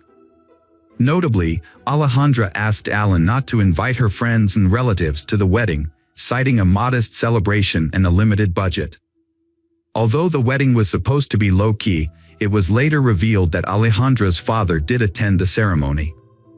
The young family's life initially seemed like a fairy tale, filled with happiness and endless plans for the future. However, this perfect appearance did not last long. Alejandra's hysterical nature and the horrors of this story began to emerge. Although no one expected it at the time, the relationship between the newlyweds began to deteriorate rapidly. Alin was a secretive person who kept his personal life private, sharing few details with friends. As a result, Little was known about what was happening behind closed doors. Nonetheless, it was clear that the relationship was no longer the same. The once happy couple now appeared troubled. After meeting Alejandra, Alan became increasingly estranged from his family. The final straw was when he got married without inviting his parents. The rift became so deep that they eventually stopped communicating altogether. Alan's friends began to notice that his wife, Alejandra, was becoming increasingly nervous and irritable. She would lose her temper quickly and behave erratically. After a few incidents, Alan felt ashamed and decided to limit their social interactions. However, the problems at home only worsened, with quarrels occurring daily over trivial matters. One evening, Alejandra went through Alan's cell phone and discovered sexually explicit messages with other women. This revelation was the final straw for her. She claimed that Alan had been physically and mentally abusive, and she could no longer tolerate his infidelity. Instead of seeking counseling or trying to salvage the relationship, Alejandra decided to take a different approach. She chose to focus on planning the perfect murder, using a method she was familiar with. Her attention was now fixed on creating a plan to eliminate Alan. Meanwhile, Alan continues his daily routine, unaware of the shocking events that are about to unfold. Despite limited contact with his family, he attends his grandfather's birthday party. However, the presence of his wife, Alejandra, causes tension, as his parents have made it clear that she is not welcome in their home. This further strains their relationship. It would later become clear that this was the last time the family saw Alan alive. On October 31, 2014, Alan sent a text message to his family, assuring them he had arrived home safely after the party. But after that, all contact ceased. He failed to show up at work for several days, which was unusual for the diligent entrepreneur. His absence was alarming, especially with the launch of a new project imminent, requiring his presence. Alejandra hatched a terrible plan. Alejandra's decision was to kill her husband immediately. Alejandra came up with a plan to kill her husband. She added a strong sleeping pill to the milk he drank before going to bed, then covered him with a pillow. When he passed out, she was faced with the challenge of disposing of his body, something she had no time to plan. Since Alan was too heavy for her to move, Alejandra ran to the neighbor's garden and retrieved an electric saw. With a grim expression, Alejandra dismembered her husband's body into pieces, then packed the remains into garbage bags. To hinder identification, she cut off his fingers and pulled out his teeth. Alejandra stuffed the bags into suitcases, hoping to smuggle the bodies out without raising suspicion. However, her plans were foiled when an elderly neighbor, who suffered from insomnia, watched her from her window as she attempted to leave her home with the suitcases in the early hours of the morning. The neighbor became concerned about Alejandra's early departure and her unusual behavior, as she kept looking around nervously. Little did the neighbor know, Alejandra had scattered the bags containing her ex-husband's remains in various neighborhoods to cover her tracks. Alejandra then returned home, further raising the neighbor's suspicions. As the day began, Alejandra continued her normal routine, hiding her dark secret. Alejandra's father attempted to use his connections and bribes to prevent his daughter's imprisonment, but he was unsuccessful. However, Alberto did manage to keep the trial private to avoid drawing more attention to the case. His motivations were largely self-serving, as Alberto was concerned about the impact the trial would have on his own career. As a specialist, Alberto feared that his reputation would be tarnished by his inability to diagnose and address his own daughter's problems. The trial also brought up the case of Alejandra's first husband's death, but as time passed, the evidence was no longer available. There was also suspicion that Alejandra's father was involved in her crimes. However, these claims were never proven. After multiple appeals from the victims' families, Alejandra's sentence was commuted to death, a rare and unprecedented outcome in Mexico. This sentence is particularly unusual in that it does not allow for a review of the case. As part of the sentence, Alejandra's property will be transferred to the victim's family, although this can provide little comfort in the face of their loss. Welcome back, detectives. Let's dive into another horrible case, the case of Savannah Greywind. Savannah Greywind was born on August 9, 1995, in Burke County, North Dakota, to a family with a mix of cultural backgrounds. Her father is of European American descent, while her mother is a member of the Spirit Lake Sioux Indian tribe. Savannah had two brothers, Joy and Casey, and a younger sister, Kayla. Her parents, Norberta and Joe, were proud of their children. The family lived in Fargo, North Dakota, until Savannah was 9 years old. Then in 2005 they moved to Spirit Lake Reservation. Savannah loves nature and animals, especially horses. It was on the reservation that she met her partner, Ashton Matheny, when she was 15 years old. They remained together as they grew older.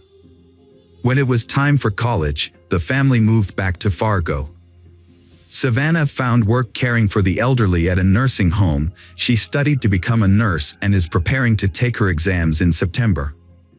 She was expecting her first child and was excited to start her life with Ashton. They had found an apartment and planned to move in together in early September. However, at the time of her pregnancy, Savannah was staying with her parents on the bottom floor of a 7-unit, 3-story apartment building. The building was also home to Brooke Cruz, a 38-year-old woman, and her partner, William Hone, who rented an apartment on the 3rd floor. Brooke's life was deeply affected by a past marked by hardship and complexity. The experiences turned her into a dark and emotionally disturbed person. Brooke had trouble managing her emotions and behaviors, often feeling anxious and angry. Brooke's fascination with mysticism and true crime stories began at a young age. As an adult, she studied the psychology of serial killers and attempted to understand their thought processes. Her writing reflected an obsession with human nature's darker side. Brooke saw two conflicting forces within people, good and bad, but her own life was a testament to the destructive power of unchecked darkness. By the time Brooke was 38, struggling with depression, physical illness, and exhaustion from toxic relationships that included regular physical abuse. Her fear of losing William was exacerbated by her inability to get pregnant. This desperate situation drove Brooke to think about committing a shocking crime, taking the life of a pregnant woman to take the baby for herself. After Brooke's arrest, investigators found a disturbing collection of books and notes in her apartment. The books covered topics such as forensic psychology, obstetrics, and law. Her notes listed items for a birthing kit, including scissors, blades, clamps, gloves, and an infant CPR bag. Brooke also had a stash of oxytocin, a hormone used to induce labor. Brooke grew up in a large family in Bradenton, Florida. Her parents divorced when she was young, leaving her mother to care for 7 children, including Brooke. While her family appeared to be well off, Brooke's diary revealed a difficult childhood that she tried to forget. As she entered her teenage years, Brooke became increasingly troubled and was the only one of her siblings to move in with her father, a man her mother described as a professional criminal. After a difficult period living with her father, Brooke was passed around through various foster families, causing her to lose contact with her siblings. Years later, they would only find out that Brooke had become the mother of 7 children. In 1995, when she was 15 years old, she met Aaron Edwards. 2 years later, she gave birth to her first child in Florida but chose to leave the baby with the father and relocate. Despite a court order to pay child support, Brooke failed to meet her obligations. She would eventually reconnect with her daughter briefly on Facebook when the child turned 14. Brooke worked multiple jobs, including as a waitress at the Chinese Dragon restaurant, a sales representative, and an animal specialist at Petland in Florida. However, her life was further marked by brushes with the law. In 2002, the 23-year-old was jailed in Missouri for document falsification but was paroled on August 31, 2022. Unfortunately, her freedom was short-lived, as she was rearrested and jailed in Texas for violating her parole. By the time Brooke was 27, she married Karl Cruz, a carpenter from Minnesota, in 2006. She gave birth to 2 children and worked as an administrative assistant at her husband's carpentry shop. However, Brooke had an affair, which ultimately led to their divorce in June 2009. Karl Cruz gained custody of their children, and Brooke moved to California without explanation. The only thing she did carefully and diligently throughout her life was to keep diaries, meticulously recording events as they unfolded. After a terrible crime has occurred, the diary was published in the press. The diary told of a string of lovers, home births, and abortions. At first, many of these relationships seem healthy and loving. However, over time, the men in her life begin to control her by making her feel inferior. Brooke felt that Karl Cruz bullied and humiliated her, making her feel like a bad and promiscuous mother. Despite these negative feelings, after moving to California and filing for divorce, Brooke surprisingly returned to Karl Cruz's house. She then registered on a dating website and started taking psychology classes seriously. Brooke met Andrew Murray, a chef from Katoomba, New South Wales, Australia, on the dating site Tagged. Brooke decided to move to Australia to be with Andrew. However, before leaving, she was involved in a dispute with Karl Cruz over child custody in January 2012. During the argument, she grabbed a knife and attacked Karl Cruz. The police arrested her and charged her. Although she denied the allegations, she chose not to wait for her court hearing and instead fled to Australia using false immigration documents. Once there, she married Andrew. Andrew's marriage to Brooke lasted only 6 months. During that time, he discovered her past, including a previous husband and children in the U.S., as well as fake immigration papers. According to Andrew, Brooke threatened him for helping her, prompting him to report everything to the police as a precautionary measure. Andrew remembers their marriage as a time when Brooke became intensely interested in crime and the behaviors of serial killers. Brooke's interest in crime began as early as 2012, when she was studying psychology in nursing. Her thesis focused on serial killers, and she spent a lot of time reading about them. In total, Brooke spent 6 months and 10 days in Australia before returning to the US in October 2012.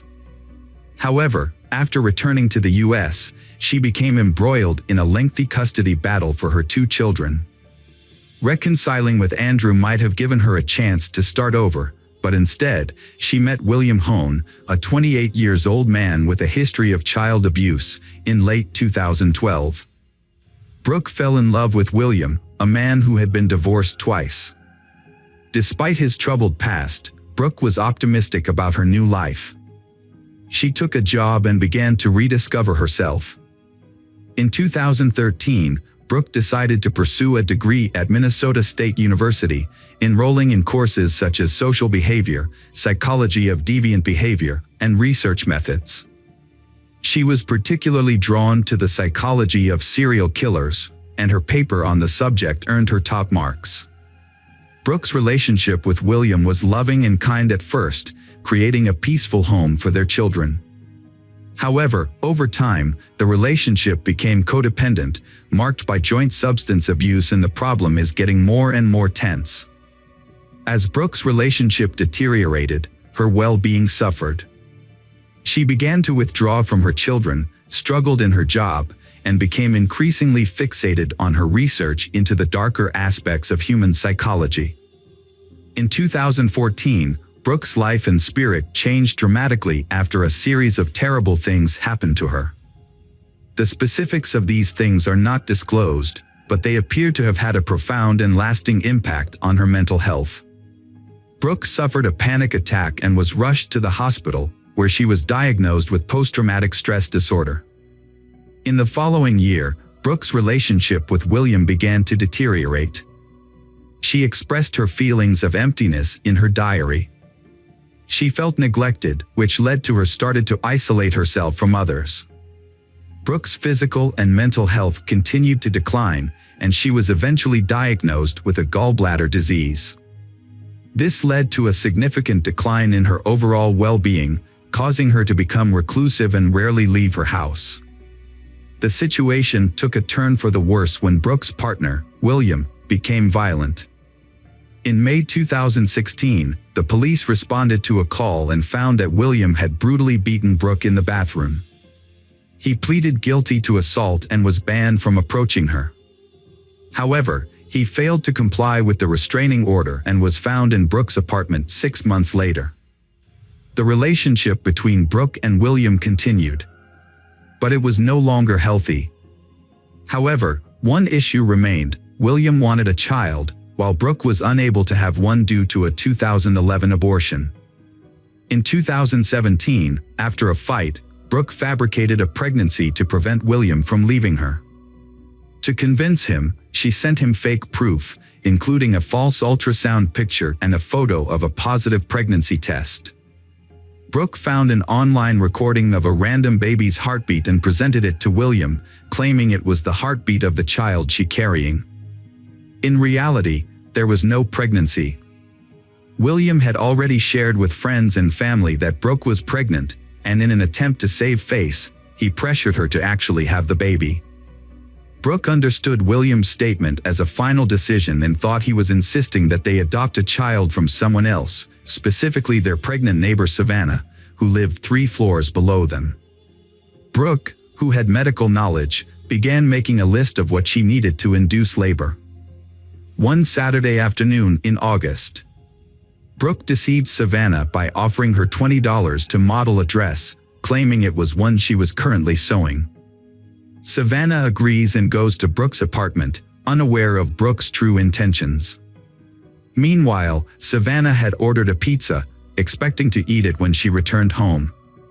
Savannah did not return home at the expected time. The brother went upstairs to the apartment Brooke's around 2:30 p.m. and heard the sound of a sewing machine, but no one answered the door. A short while later, Savannah's father, Joe, also went upstairs and knocked on the door. Brooke, who was with Savannah, yelled out that they were still working on a dress and that Savannah was trying it on, which is why they couldn't open the door. When Norberta returned home, she found that the pizza was untouched. She texted her daughter several times but received no response. She then went upstairs to the apartment, where a neighbor informed her that Savannah had left a while ago after finishing her dress fitting. Norberta became anxious and searched her apartment. Finding that Savannah's shoes, purse, car keys, and other belongings were still there. Savannah had been experiencing heat and swelling that made it painful and difficult for her to walk, so it was unlikely that she had gone for a walk. Norberta called Ashton Matheny, hoping that he might have picked up Savannah, but he replied that he hadn't heard from her either. Growing increasingly worried, Norberta called the police and began driving around the neighborhood, searching for her pregnant daughter. Norberta was driving and thought that if Savannah had gone out, Norberta would have found her nearby. Later that day, the police searched Brooke and William's apartment because it was the last place Savannah was seen. They allowed the police to enter and didn't interfere, but since the police didn't have a warrant, they didn't check inside closets or behind closed doors. The police informed Savannah's family that since she was considered an adult, she had the right to make her own choices. They also stated that without evidence of a crime, there was no requirement for them to keep the family updated on her situation. The investigators concluded that Savannah had left voluntarily. However, Savannah's family was upset by the police department's apparent indifference to her disappearance. The police searched the apartment 2 more times but found nothing. Later, William would admit that he hid Savannah infant in a suitcase and Savannah's body in a dresser with the shelves removed. 2 days after Savannah's murder, William and Brooke drove to a bridge over the Red River, carrying the dresser with Savannah's body, and dumped it into the water. On August 23, 2017, William's co-workers reported to police that he had mentioned having a baby at home. Around the same time, residents of the apartment building where Williams lived hearing a baby crying from apartment number 5, prompting them to notify the police. With this new information, officers obtained a warrant and conducted a thorough search of the apartment, where they found a live newborn baby girl. Brooke later revealed that Savannah had given her the baby. According to Brooke, Savannah had given birth to the baby just 2 days after she went missing. Savannah had confided in Brooke that she didn't want the baby and had asked for Brooke help in inducing labor. 2 days later, at 3 a.m., Savannah arrived at Brooke's home with the baby in her arms and handed the infant over to her. After Savannah was reported missing, the police took her baby into temporary custody. A few days later, a DNA test confirmed the baby's parentage, and Savannah's daughter was reunited with her father for 3 more days. The police and hundreds of local residents conducted a thorough search of the area. The police asked residents to carefully check their properties, including vacant apartments, dumpsters, and any other hiding for evidence. At a press conference on August 27, the police chief urged the public to help find Savannah. However, just a day later, a fisherman found her body wrapped in plastic on the Red River near Harwood. Savannah was identified by a tattoo on her leg. The police charged Brooke Cruz and William Home with conspiracy to commit murder, conspiracy to kidnap, and providing false information. They admitted to the incident, with Brooke explaining that she initiated the fight by accusing Savannah of taking her cat without permission and mistreating it. The argument turned physical, and Brooke pushed Savannah, who fell and hit her head on the bathroom sink, losing consciousness. Brooke used a knife to remove the baby from Savannah, making a cut from hip to hip. As she did this, Savannah went consciousness. When questioned, Brooke confirmed that William was not aware of the plan beforehand. According to Brooke, William came home, entered the bathroom, and saw Savannah. He asked if Savannah was alive, and Brooke replied that she didn't know. William then left the bathroom briefly, returning in his underwear with a rope. He used the rope to strangle Savannah. After the murder, Brooke and William cleaned the floor and walls. Then stuffed Savannah's body into a bathroom closet. When the police arrived, Brooke attempted to remain calm. The officers searched the apartment, but their search was superficial due to the lack of a search warrant. As a result, they did not look in closets or dressers. According to Brooke, the child was under a blanket on the bed next to William during the searches. The child was calm and did not cry, so the child was not discovered. By the time of the third inspection on August 20th, Savannah's body had been moved to a dresser, and the infant was hidden in a suitcase. On August 21st, Brooke and William disposed of a dresser by taking it down the stairs, loading it into their Jeep Cherokee, and driving it to the river. William denied participating in the crime, but admitted to hiding a newborn baby girl and providing false information to police to cover up the crime. Both Brooke and William were set a bail of $2 million, which William thought was an unrealistic amount. Brooke was later sentenced to life in prison without the possibility of parole. Although William's participation in the crime was not proven during the trial, he was found guilty of kidnapping and sentenced to life in prison after pleading guilty. A cellmate of Brooke's, Jennifer Robinson, testified against Brooke, claiming that Brooke had confessed to strangling Savannah with a rope after discovering Savannah's affair with William. In May 2019, William was sent to prison. On October 7, 2019, he appealed to the Supreme Court. After a review of his sentence, Judge Olin, who had originally given William a life sentence, decided to give him the longest possible sentence allowed at the time, which was 20 years in prison. Since William had already spent 775 days in prison, he would have to serve more than 7 additional years. Savannah's baby, Hasley, is now 6 years old and attending kindergarten. The Savannah's parents regularly post updates on their public Facebook page about their granddaughter's life. The case has received significant attention, and Norberta believes that her daughter's disappearance was not taken seriously because Savannah was Native American. She thinks that if Savannah were white, her disappearance would have been treated more seriously. Welcome back, detectives. Let's dive into another horrible case, the case of Luz Maria Lopez. Luz Maria Lopez was born on March 17, 1995, in San Cristobal Verapaz, a small town, to a modest family. She was the youngest of 2 children. Her parents, Al Morales and Brian, raised her along with her older brother, Omar. Luz Maria's early life was marked by a serious health scare. As an infant, she nearly died due to an intestinal obstruction and underwent a complex surgery. Although her doctors were uncertain about her chances of recovery, her mother's prayers and faith played a significant role in Luz Maria's survival. Fortunately, the surgery did not affect Luz Maria's development. She grew up to be a healthy and active child. During her school years, Luz Maria was a sporty. She was actively involved in gymnastics, athletics, and classical dance. She easily makes friends with everyone and got along with people from different backgrounds.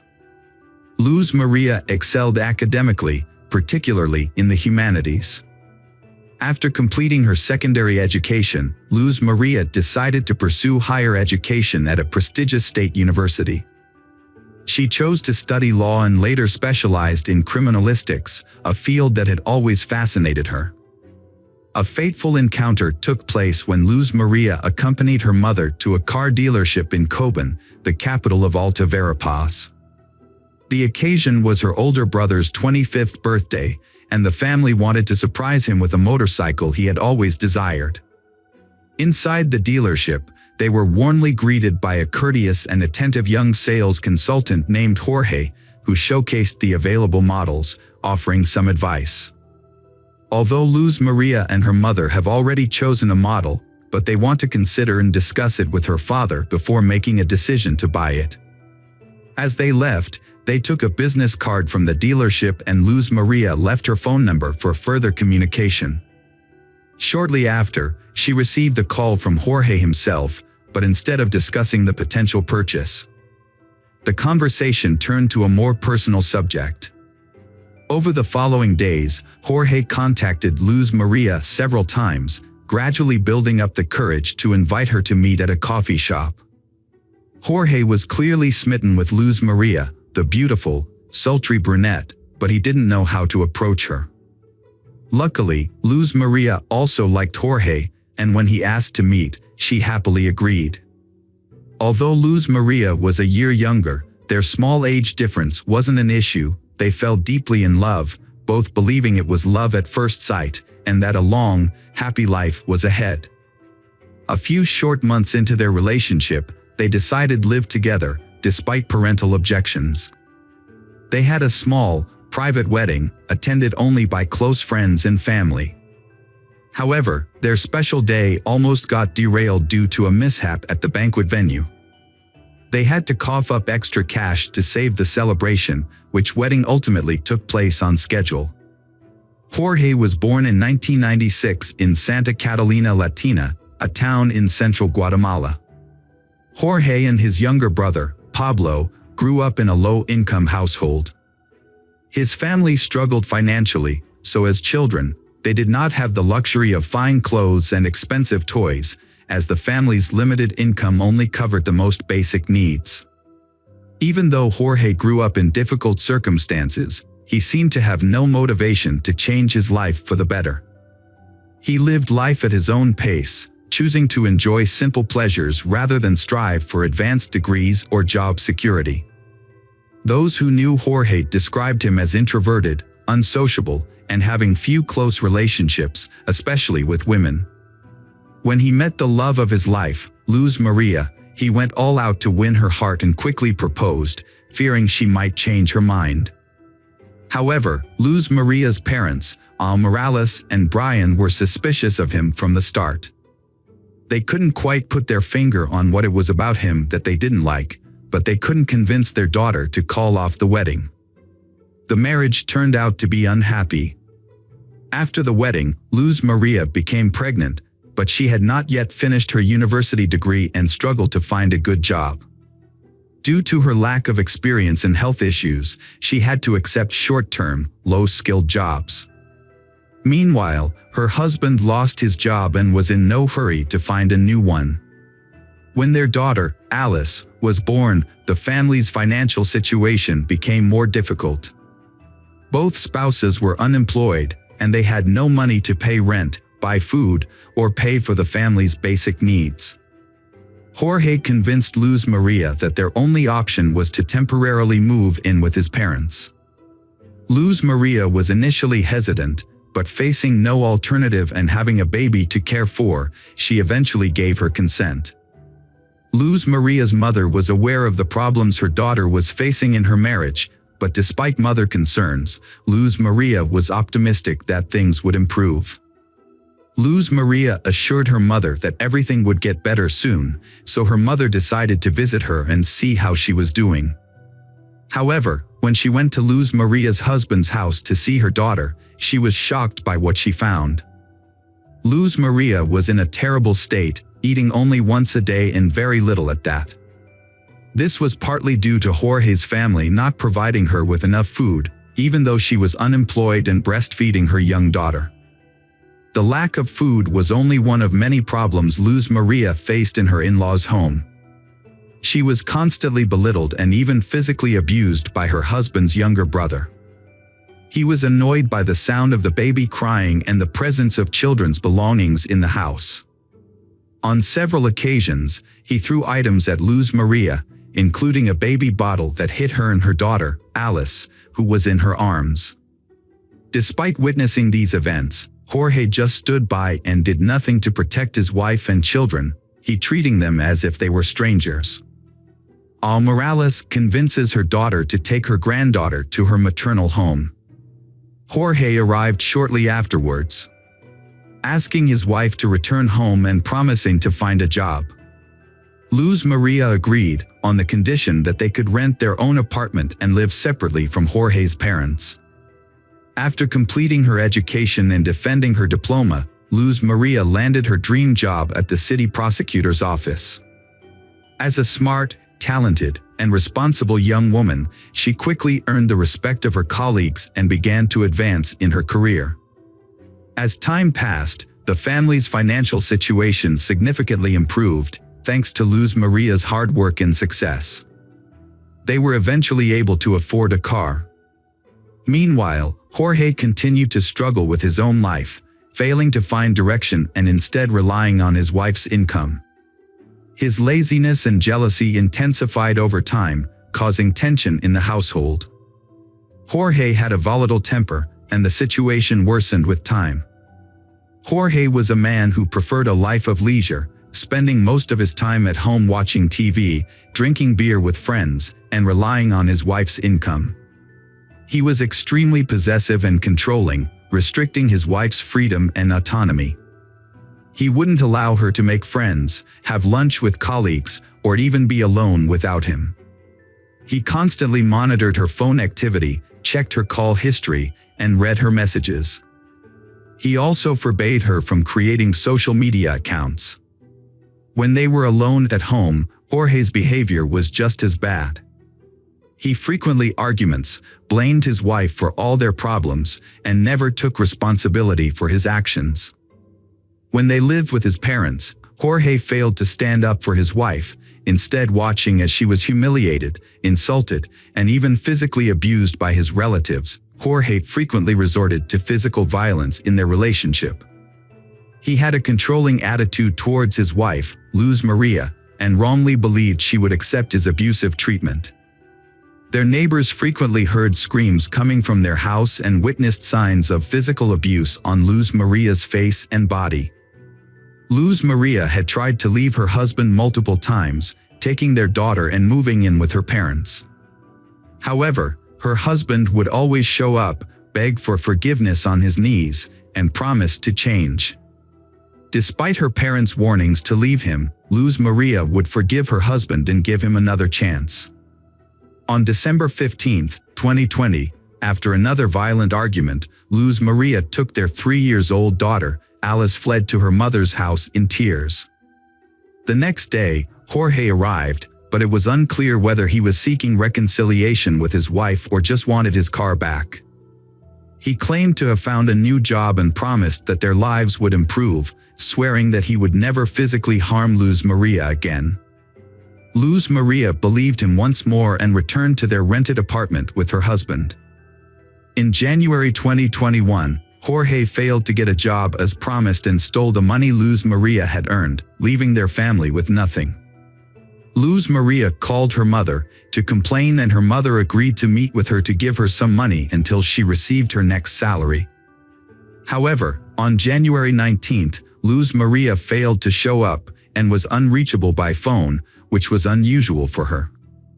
Concerned for her daughter's well-being, Morales went to Luz Maria's workplace the next day and found that she had not shown up for 2 consecutive days and had not been in contact with anyone.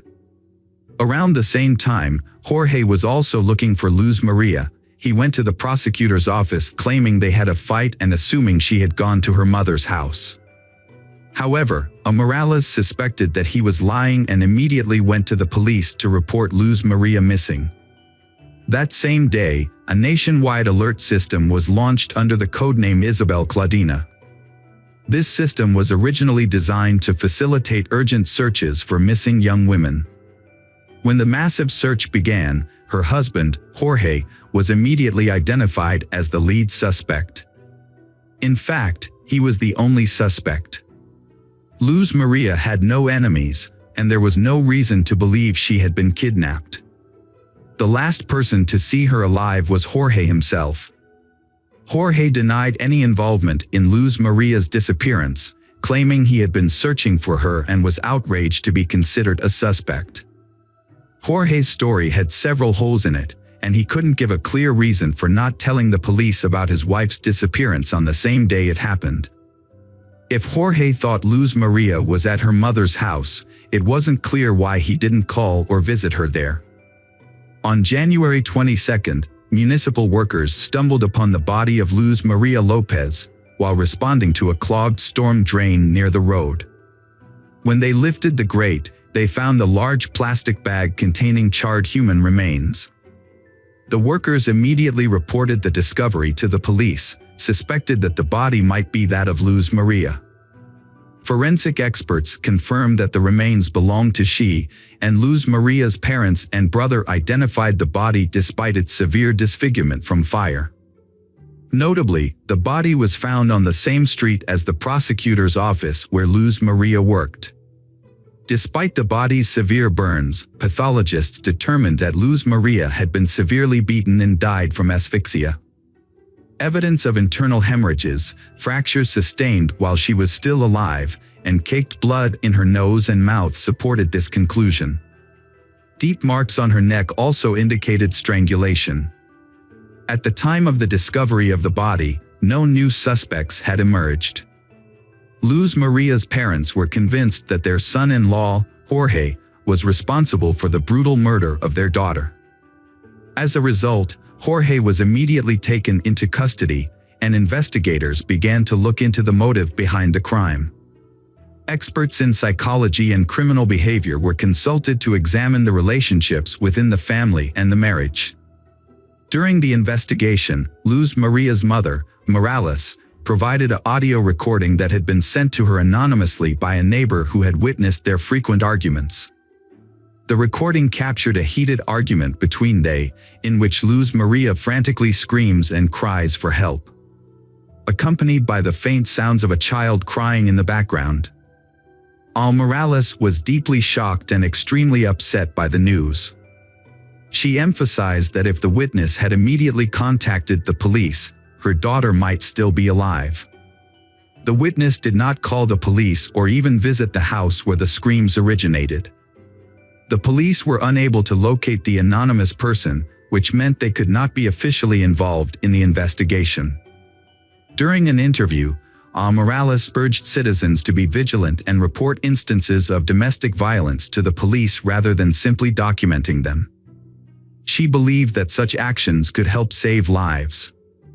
The crime sparked widespread outrage, prompting thousands of people to take to the streets and demand justice for Luz Maria. Jorge was taken into custody, but he continued to deny his involvement, claiming he had driven his wife to work on the day she disappeared. Security footage did show their car heading in the direction of her workplace. But the tinted windows made it impossible to determine how many people were inside. Additionally, no footage showed the car stopping or Luz Maria getting out. At the house they was renting, police discovered evidence of a violent incident. There were faint blood stains and drag marks, suggesting that this was where the brutal attack had occurred. Further evidence was discovered in the trunk of the family car, where microscopic fragments of burnt human flesh were found. The investigators also became interested in a recent purchase made by a double orthopedic mattress. Specifically, they were interested in the dense polyethylene wrapping that came with the mattress.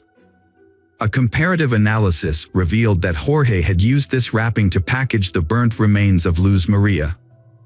Additionally, several neighbors came forward as witnesses, reporting that they had frequently heard Jorge yelling at his wife and threatening to kill her. Just days before Luz Maria's disappearance, Jorge had been overheard shouting that he would kill her if she tried to leave him, and that he would hide her body so well that no one would ever find it. Criminologists used collected data and witness testimony to reconstruct the events surrounding the crime. On the night of January 19, 2021, a brutal murder took place. The day before, Luz Maria and her husband, Jorge, had a violent argument. Jorge physically assaulted her. On this occasion, his rage escalated, causing him to strike his wife multiple times. Her screams for help were heard by the neighbors, but they failed to report the incident to the authorities. The beating left Luz Maria with a broken nose and a head injury. Jorge then strangled her with his bare hands. In an attempt to dispose of the body, he dragged it to the backyard, doused it with flammable liquid, and set it on fire. However, the fire produced a significant amount of smoke and a strong odor, which Jorge feared would attract the attention of the neighbors. He quickly extinguished the flames, wrapped the charred remains in plastic, and sought a secluded location to hide the body. He believing it would never be discovered. Jorge committed a heinous crime in front of his 3.5-year-old daughter, who was old enough to partially understand what was happening. The child witnessed the beating and crime, and her cries and screams were recorded.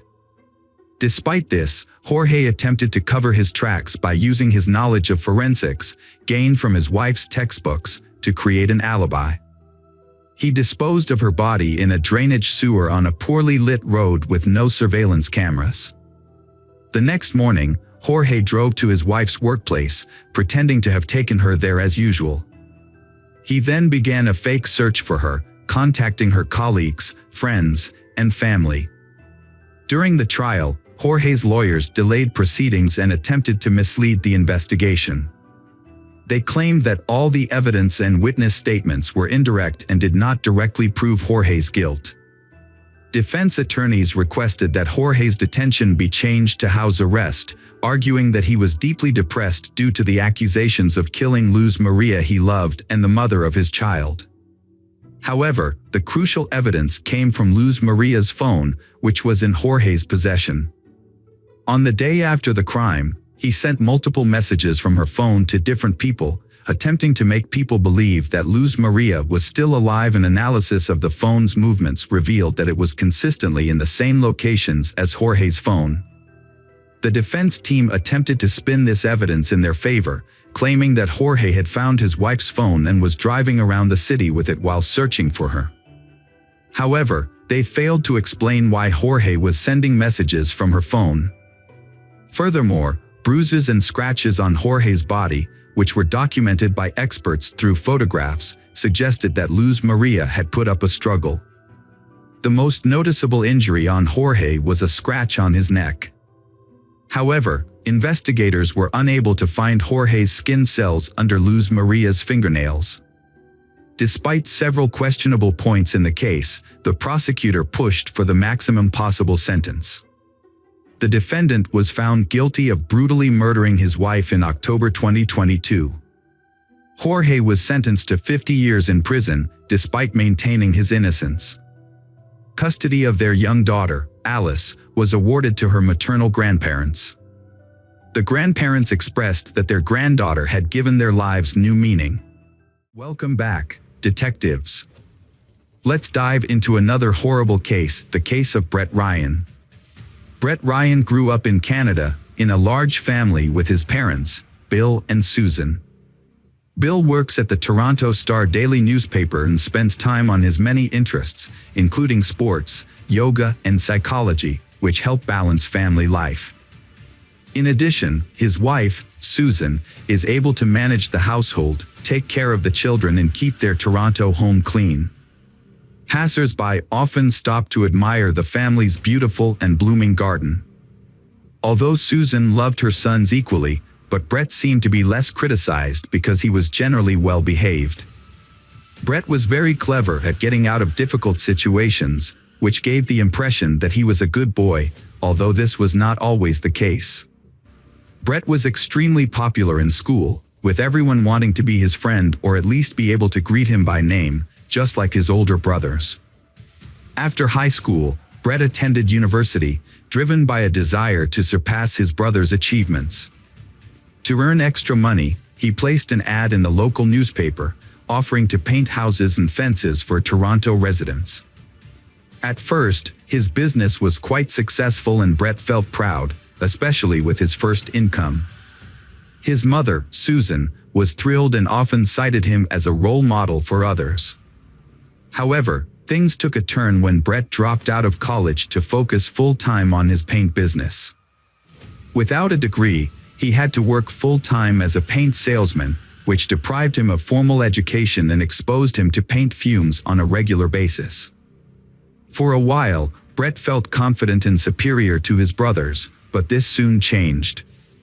After a couple of years, his brothers, Christopher and Leland, graduated and landed jobs in their specialized fields.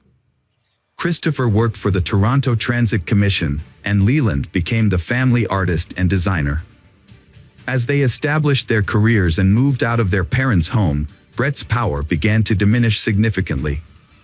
To save money on rent, Brett continued to live with his parents and younger brother, who attended a school for gifted children. Brett's financial situation grew more dire over time. By 2007, when he turned 26, his debt had surged to more than $60,000. This burden led to depression, but despite his inner turmoil, Brett maintained a cheerful exterior, always willing to lend a helping hand and participate in volunteer work. His friends and acquaintances were unaware of the immense emotional pain he was hiding. Brett faced a severe situation on October 28, 2007. With winter approaching, he had no orders. Left with no other choice, Brett wore his oldest clothes, including a hat, a long sweater his brother had given him and a long scarf his mother had knitted.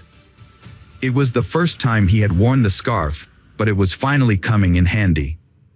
He wrapped it around his face, leaving only a narrow slit for his eyes, and headed for the bank that was on the outskirts of his neighborhood. Brett stood in line at the bank, holding a thick folder and favoring his right foot as he waited his turn.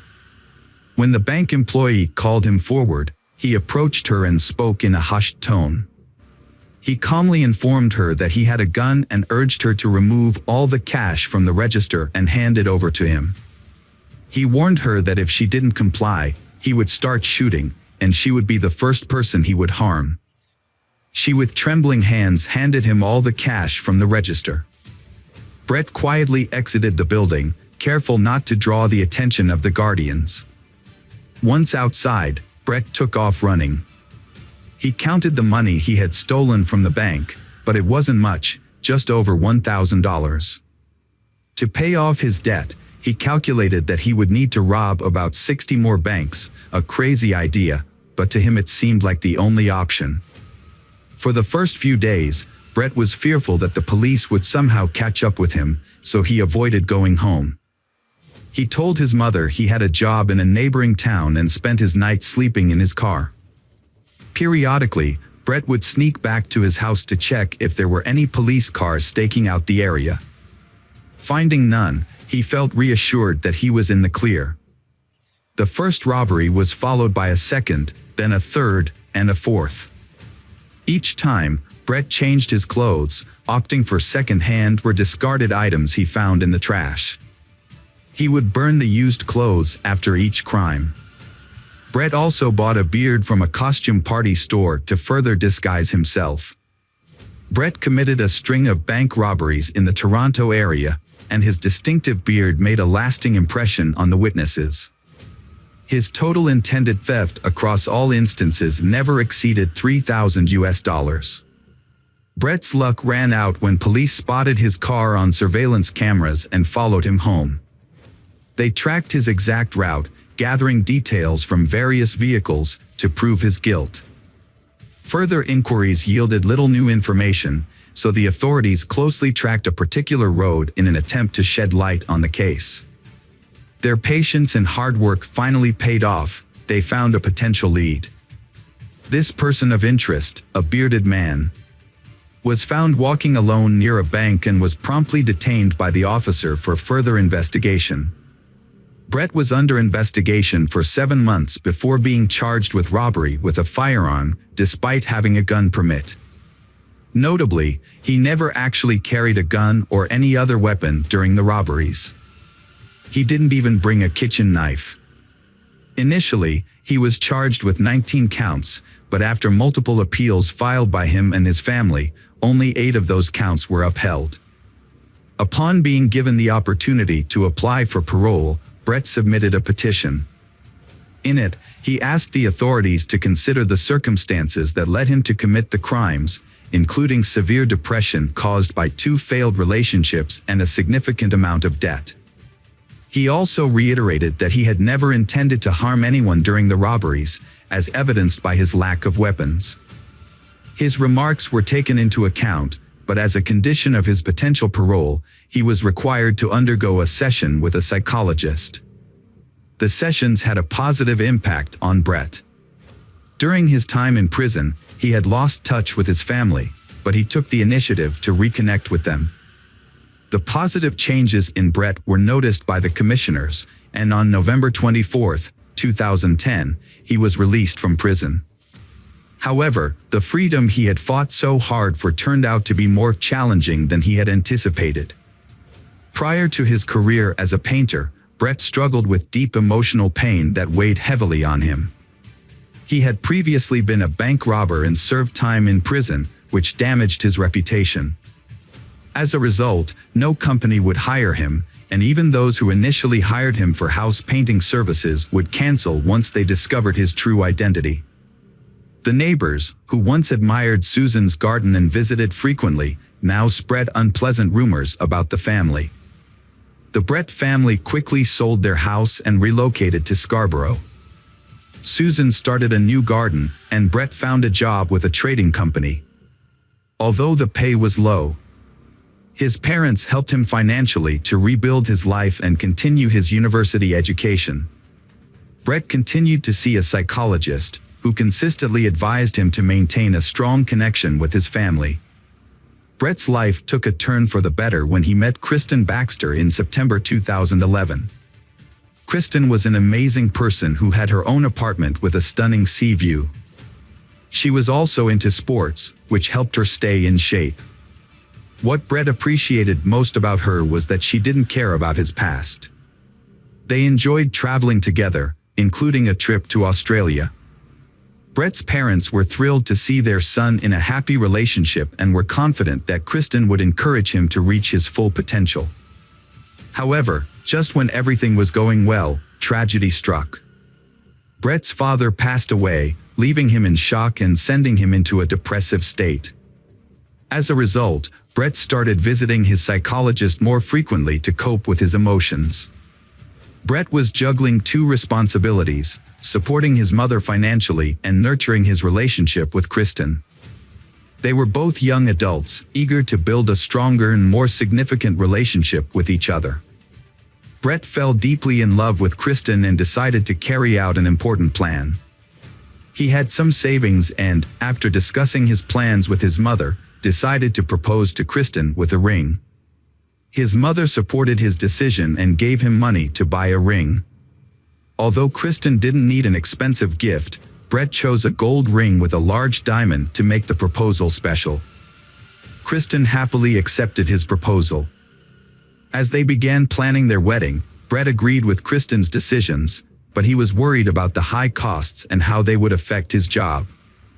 Brett found a job opening at a large technology company on the internet and applied for it. He updated his resume and submitted it, and was even invited for an interview, which he successfully passed. As a result, he was offered the job and was thrilled. He eagerly shared the news with his fiancée and mother, and asked them for money to buy an expensive suit for work. His mother agreed to help him, and he purchased the suit. However, just as Brett was about to start his new job, the company called him to inform him that they had to withdraw their offer. The security department had discovered his past criminal record, and the company could no longer hire him. This news was devastating for Brett, and his mood plummeted. He felt like giving up on his job search and education, wondering why he was wasting his time applying for jobs that he would never get due to his past mistakes. He decided that it would be better to use the money his mother and brothers had given him for something else. Brett had dropped out of university, but he didn't tell his family or his counselor. To maintain the illusion of success, Brett would wear a suit and tie, then change into casual clothes on the way to his job as a house painter. He would tell his relatives that he worked in an office. To further deceive his loved ones, Brett would post fake photos on social media, pretending to be at work or attending business events. He would also fake phone calls, making it seem like he was busy with work-related issues. Brett's family had no idea that he was hiding the truth about his life. As Brett's wedding to Kristen approached in September 2016, his deception reached new heights. He rented an expensive restaurant for the reception, which cost $100 per guest. His family was thrilled, believing that Brett had finally turned his life around with a prestigious job and a beautiful fiancée. However, Brett's deceptions became so overwhelming that he could no longer control his lies. Brett's wedding was just a month away, and he was struggling to cover the costs. He had been borrowing money from his mother, but when she could no longer help him, he pressured her to find a higher-paying job. Meanwhile, he was planning a bachelor party and had invited all his friends and brothers. Brett had a secret. He had been lying to his family for a year about working as an engineer for a technology company. When he finally confessed to his counselor, the counselor advised him to come clean to his mother. After much procrastination, Brett told his mother the truth, which devastated her. She bragged to everyone about her son's success. Brett's mother demanded that he tell his fiancée, Kristen, the truth, threatening to do so herself if he didn't. She also warned him that his brothers were aware of the situation and were on her side. However, Brett couldn't bring himself to confess to Kristen, despite knowing that the wedding was unlikely to happen due to his deception. With less than a month to go before the wedding, Brett remained silent, knowing that Kristen deserved to know the truth before it was too late. Brett was anxious about his mother revealing a potentially scandalous secret to his fiancée, Kristen. Every time her phone rang, he would tense up, holding his breath until he realized it wasn't his mother on the line, but rather one of Kristen's friends inquiring about her wedding plans. Eventually, Brett came up with a plan to silence his mother for good. As a convicted felon, Brett was prohibited from owning firearms. He decided to use a crossbow, a silent and deadly weapon, to carry out his plan. Interestingly, his late father had taught him how to shoot a crossbow at targets in their garden, a hobby that Brett had excelled at. Brett purchased the crossbow and arrows at a local sporting goods store and hid them in his garage, disguising them among construction debris. He also created a fake alibi by rigging his computer to automatically post pre-written comments on YouTube. He achieved this by attaching a spoon to a fan, which was connected to his computer. The fan was set to a timer, making it seem like Brett was actively using his computer at the time of the crime. Brett made everyone believe that he spent the whole day at home, watching videos and commenting on them. However, on the morning of August 25th, he had other plans. He put on disguising clothes that concealed his face, sneaked out of the house through the back door to avoid the security cameras, and took a train to his parents' house. He wants to eliminate anyone who might stand in the way of the peaceful life he and Kristen are building. When Brett arrived at his parents' house, his mother, Susan, was taken aback by his unexpected visit. She wasn't feeling well that day, but Brett persisted in persuading her not to reveal his plans to his future wife. Despite her poor health, Susan firmly refused to comply with Brett's demands. As he continued to pressure her, Brett's anger escalated, and Susan sensed that something was terribly wrong. She noticed the crazed look in her son's eyes and warned him that she had already called for help and that Christopher was on his way. Brett's anger reached a boiling point. He rushed to the garage, grabbed a crossbow, but his rage and adrenaline surge made him unable to aim properly. Instead, he used the crossbow's butt to bludgeon his mother. To ensure she was dead, he tightened a rope around her neck. After covering her body with plastic bags, Brett loaded the crossbow with arrows, ready to face whoever was coming next. Brett's brother Christopher was lured into a trap by the suspect. As he entered the garage or the yard, Brett, who was hiding in the bushes, ambushed and shot Christopher in the neck. Christopher died shortly after the attack. Alexander, the youngest brother, was the next target. The suspect had also managed to lure him, but Alexander's outcome was different. Shot in the neck with an arrow, Alexander was critically injured but didn't die instantly. He screamed and cried for help as the attack took place. Throughout this violence, Leland remained asleep on the second floor, oblivious to the crime happening nearby and to the identity of the perpetrator, who was also a family member. It was Alexander's screams that startled Leland out of sleep, ran downstairs, and stumbled upon the horrific scene of his brother Brett trying to strangle Alexander. A fight broke out between Leland and Brett, and Leland ended up in control, forcing Brett to back down. Leland immediately fled to a neighbor's house and called the police. With no means of escape, Brett remained in the house, realizing too late that his actions had disastrous consequences. In a desperate attempt to make amends, he composed a text message to Kristen, pleading for her forgiveness. Upon arriving at the scene, police officers found Brett, covered in blood, sitting beside his critically injured brother Alexander, who would later succumb to his injuries in the hospital. Brett voluntarily surrendered to the authorities, requesting to be handcuffed and taken into custody. During his confession, he revealed the location of his mother's body, hidden beneath packages in the garage, and acknowledged that she was beyond help. Brett admitted at the police station during the trial that he had not intended to kill Susan, but rather to scare her. In contrast, he had planned to kill Christopher and Alexander, who were witnesses to the crime. If they had not been present, they would still be alive. Brett attempted to justify his actions by citing his struggles with depression, but this did not lead to a more lenient sentence. Despite Brett's cooperation with the investigation and his voluntary confession, the judge imposed 3 life sentences, 1 for each murder.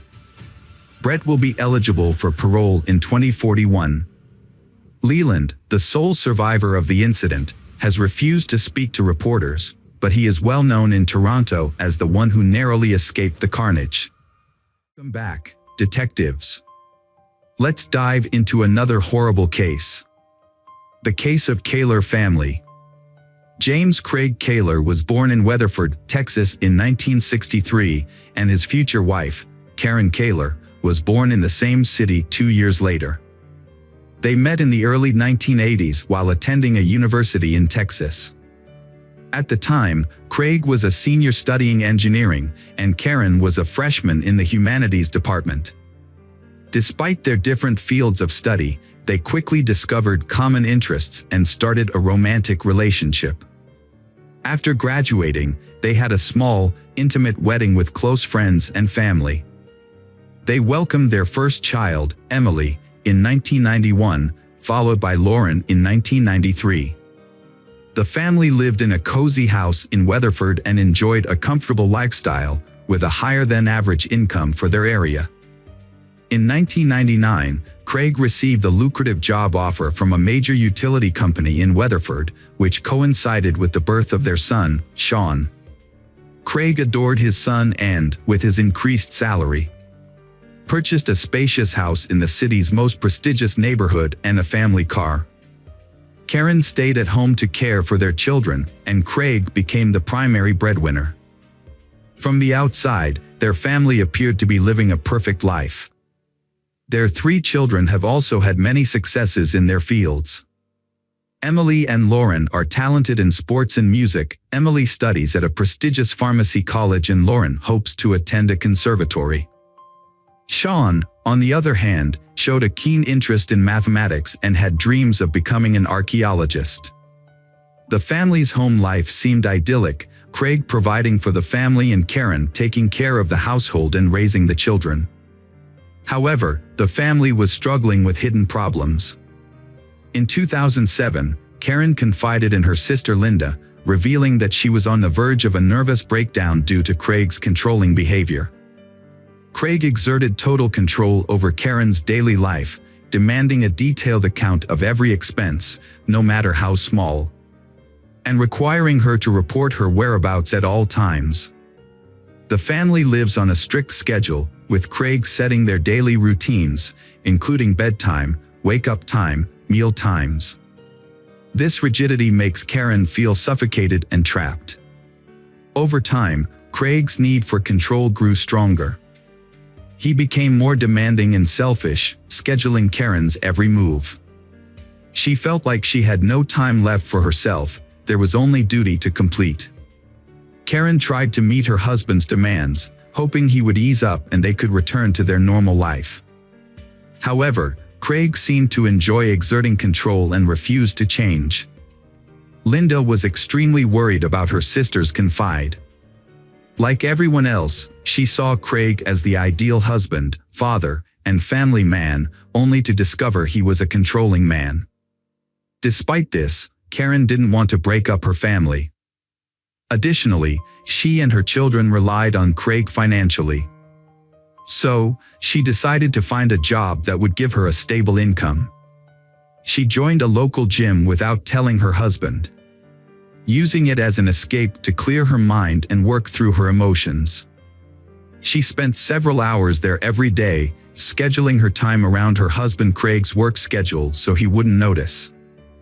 Not long after, the gym manager noticed her because of her attractive appearance, excellent fitness, and her hard work.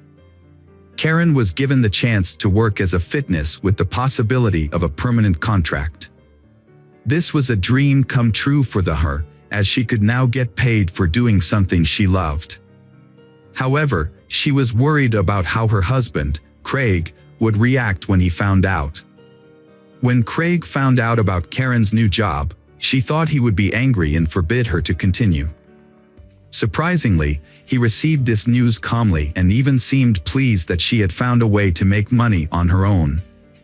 He had a few conditions. She had to be home when he arrived, cook meals, and not let her new job interfere with their intimate life. Karen found these conditions acceptable, as she now had more freedom and independence. As Karen settled into her new job, she met a new instructor named Sonny Reese, and they quickly became friends.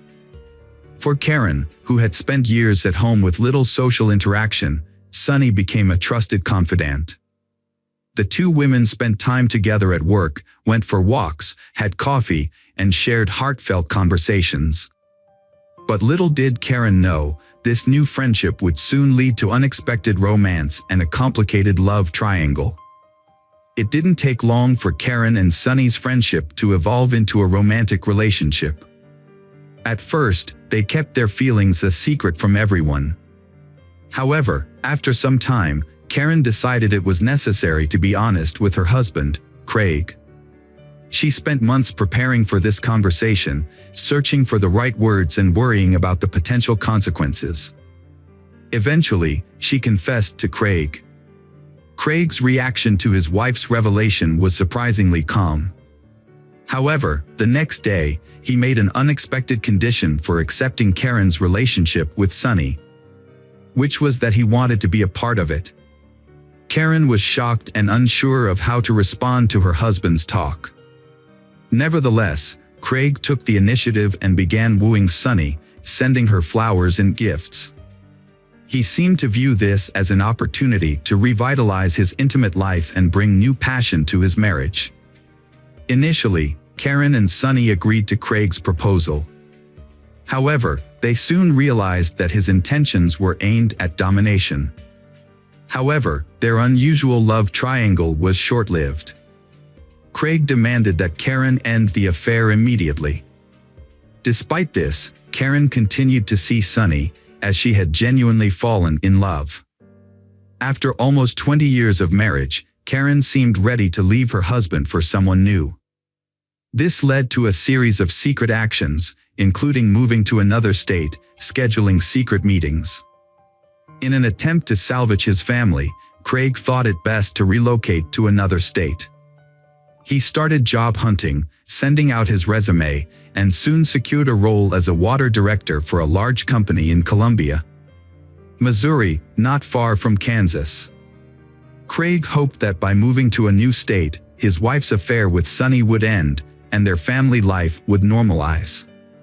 However, the summer 2008 move proved challenging for the family, as the kids had to switch schools, make new friends, and adapt to a new city.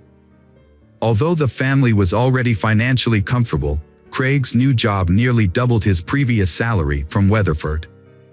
Despite his increased responsibilities and work hours, Craig mistakenly believed he had successfully removed Sonny from his wife's life. However, Karen and Sonny continued to communicate regularly through calls, texts, and secret meetings. They would meet halfway, spend a couple of hours in a roadside hotel, and then return home. At this point, Karen realized her marriage was over. She no longer loved Craig, and it was only a matter of time before they divorced. These clandestine meetings persisted until December 2008. At the New Year's Eve celebration that year, the Kaler family went back to their hometown to reconnect with relatives and friends. Sonny was also in attendance at the gathering. Initially, Karen and Sonny kept a low profile, merely exchanging greetings. As the celebration continues and the alcohol slowly affects Karen and Sonny's behavior, they seem to have no regard for social norms. They became inseparable, openly showing affection by holding hands, sharing romantic glances, they even kissed. Craig's anger boiled over into fury after Karen publicly humiliated him by revealing her affair at a party attended by dozens of acquaintances. He lashed out at Karen and Sonny before dragging Karen away from the party. In his rage, Craig lost control and physically assaulted Karen, ripping her dress and slapping her, causing her to fall and hit her head. The incident marked the beginning of the end of their marriage. A few days later, Karen announced she was leaving Craig and initiated divorce proceedings, seeking custody of their children. Initially, Craig attempted to apologize and salvage their relationship for the sake of the children. But Karen was resolute. She said they should divorce, causing Craig to contact friends and family, begging them to convince Karen to reconsider. In the spring of 2009, Craig and Karen's marriage continued to deteriorate. Despite Craig's attempts to salvage their relationship, Karen made it clear she was leaving him for Sonny and she had never been truly happy in their marriage. The tension between them escalated into physical violence, with Craig grabbing Karen during an argument, leaving bruises on her arms. Karen reported the incident to the police, leading to Craig's arrest. After the incident, Karen took the children and moved out without waiting for the divorce to be finalized. Craig was devastated by her departure, and even more so when he discovered that his daughters, Emily and Lauren, were siding with their mother. They told him that they had never seen their mother so happy, which Craig perceived as a betrayal. As a result, he cut off contact with his daughters, only spending time with his son Sean on weekends. Despite the ongoing divorce proceedings, Craig held on to the hope that Karen would change her mind and return to him. His desire to control her led him to engage in jealous behavior, including stalking her and attempting to install a hidden camera in her home. To pursue this, Craig sacrificed his work, initially taking vacation time, then claiming illness, and eventually skipping work altogether without explanation. This reckless behavior resulted in Craig's termination from his job. Without a steady income, he was forced to move in with his parents as he could no longer afford to live on his own. With ample free time, Craig began stalking Karen, prompting her to take him to court to obtain a restraining order. In November 2009, just before Thanksgiving, Karen took her children to visit their 89-year-old grandmother, Dorothy White, in Burlingame, Kansas. On the evening of November 29th, the Burlingame police received a distress call about a suspicious van and reports of gunshots. Dorothy's neighbors reported witnessing a small truck pull up to her house. A man exit the vehicle and enter the house. They claimed to have heard screams and gunshots, but were uncertain. The man then left the house, got back into the truck, and sped away. The neighbors did not attempt to apprehend him, fearing he was armed. When police arrived, they were met by 10-year-old Sean Kaler, who was frantically calling for help. Although Sean was unable to explain what had happened, it was clear that a horrific scene awaited the police. Inside the home, near the front door, Sonny was found lying in a pool of blood but surprisingly still alive despite having 2 gunshot wounds. In the kitchen, police discovered the lifeless body of 44-year-old Karen, who had been shot in the chest and then fatally shot at close range in the head. The body of her oldest daughter, 18-year-old Emily, was found between a wall and a couch. It appeared that Emily had attempted to hide from her enraged father but was caught and killed with 2 point-blank shots. Lauren, found in a pool of blood in the second-floor bedroom, was still alive but weakly called for help and repeatedly said that her father was the one who did it. Dorothy and Lauren were rushed to a nearby hospital's intensive care unit. Despite the doctor's efforts, Lauren died on December 1st due to massive blood loss and internal organ damage. Her great-grandmother passed away a few hours later. Sean, the only surviving witness, was in shock. Psychologists worked with him, but a thorough interrogation was necessary as he was the only living witness to the tragic events at his great-grandmother's house. Sean recounted that evening, stating that his mother was in the kitchen preparing dinner when he approached her to ask for his favorite pie.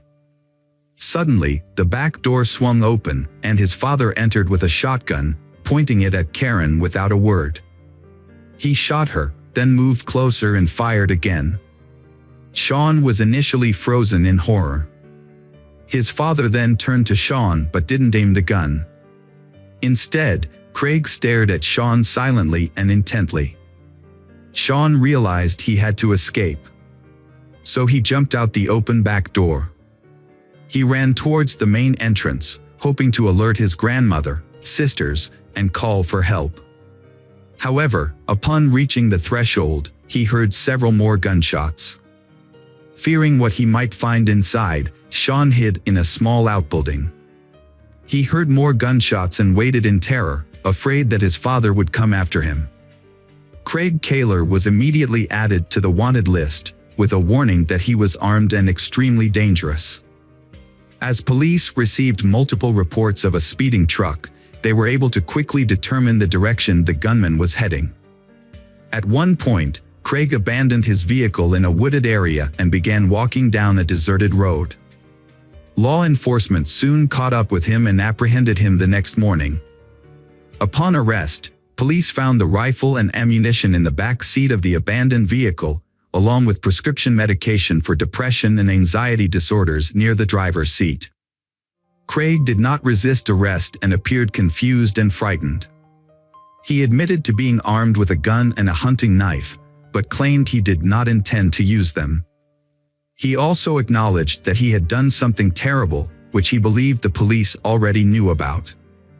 At the police station, Craig fully confessed to his crimes and opened up to the investigating officer. He shared how his wife had cheated on him with someone named Sonny and how they had humiliated him in front of friends at a New Year's Eve party. He explained how his attempts to save his marriage had cost him his job and what was left of his self-respect. Craig became emotional, stating that he didn't know how he had decided to take such drastic action and felt that everyone, including his daughters, had betrayed him. Craig's trial started in December 2010. Craig, advised by his lawyer Thomas Heaney, retracted his initial confession. He claimed his actions were due to mental illness and insanity, which was his only defense to avoid the death penalty for the murder of 4 people. Heaney argued that Craig was in a fragile mental state following a series of personal setbacks. His wife had left him for someone else, his children sided with their mother, he lost his job, and had to move back in with his parents. According to Heaney, these factors led to a breakdown, and Craig committed the crime while insane, without realizing what he was doing. However, the prosecution found no evidence of insanity or an altered mental state in Craig's actions. They argued that his actions were calculated, as he had purchased guns and ammunition in advance and went to the victim's house knowing his family was there. He shot each victim twice, ensuring no chance of survival, but intentionally spared his son Sean, allowing him to escape. In August 2011, Craig was found guilty on all counts and received a death sentence. At the final hearing, 12-year-old Sean testified, stating that he didn't want his father to die, as he was his only remaining close relative. Despite multiple appeals by Craig and his lawyers, the verdict has remained unchanged. As of today, Craig is still in prison, fighting to have the case reviewed and the death sentence overturned. After the death of his mother and sisters, Sean moved in with his grandmother. Now Sean has grown up and he has completed his studies and chosen to stay and work in his hometown. Welcome back, detectives. Let's dive into another horrible case. The case of Joseph Saunier.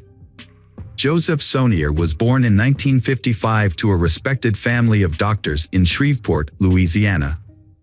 From a young age, he aspired to follow in his family's footsteps and become a doctor. With exceptional abilities, Joseph earned a Bachelor of Science in Medical Science from the University of Baton Rouge in 1976. He then applied to Louisiana State University in Shreveport and began working at Parkland Hospital in Dallas, Texas. Joseph effectively balanced his university studies and work. He consistently refined his knowledge through hands-on experience at the hospital. The hospital management recognized Joseph's success and dedication, and in his final year of training, he was appointed chief resident. After completing his studies, Joseph chose to specialize in pathologic anatomy and went on to become a pathologist and laboratory director in Leck, Texas. Joseph's life was marked by personal tragedy, including the loss of the woman he loved, Becky. His 27-year marriage, which he considered happy, ended in divorce when his wife fell in love with another man. Joseph accepted her decision and agreed to the divorce, believing that the woman he loved had found happiness. Joseph had a strong sense of responsibility and nobility. After his divorce from Becky, he maintained a warm relationship with her and continued to support their 2 sons. 2 years later, Becky was killed by her new husband. Joseph was shocked by her death. He often thought about their past family life and mourned her loss. Despite his own grief, Joseph remained a source of strength for his family. He took care of the funeral expenses and helped his sons cope with the trauma. His sons later credited his support for helping them overcome their pain. The tragedy had a profound impact on Joseph. He devoted himself to his work and raising his sons. However, the grief finally gave him the motivation to change his life. He decides to start a new chapter in a new city. In 2007, Joseph moved to Lek, Texas, with his sons, where he became the chief pathologist at Covenant Health System. Feeling the need for a change, Joseph enrolled in a local dance studio. He enjoyed the classes and met new women, which helped fill the void in his life. A few times, Joseph attempted to form connections with his dance partners, but it never worked out. That was until Michelle Tina walked into his dance class on a warm summer evening. Her elegance, poise, sense of humor, and sparkling eyes immediately caught his attention. Her radiant smile illuminated the room, and Joseph knew right then that she was the one he had been searching for. Michelle, too, noticed Joseph's confident and respectful demeanor on the dance floor. As they danced together, the 47-year-old Michelle and 57-year-old Joseph found that they complemented each other perfectly. As they continued to dance together, they grew closer with each passing session. Eventually, Joseph asked Michelle out on a date, and she agreed.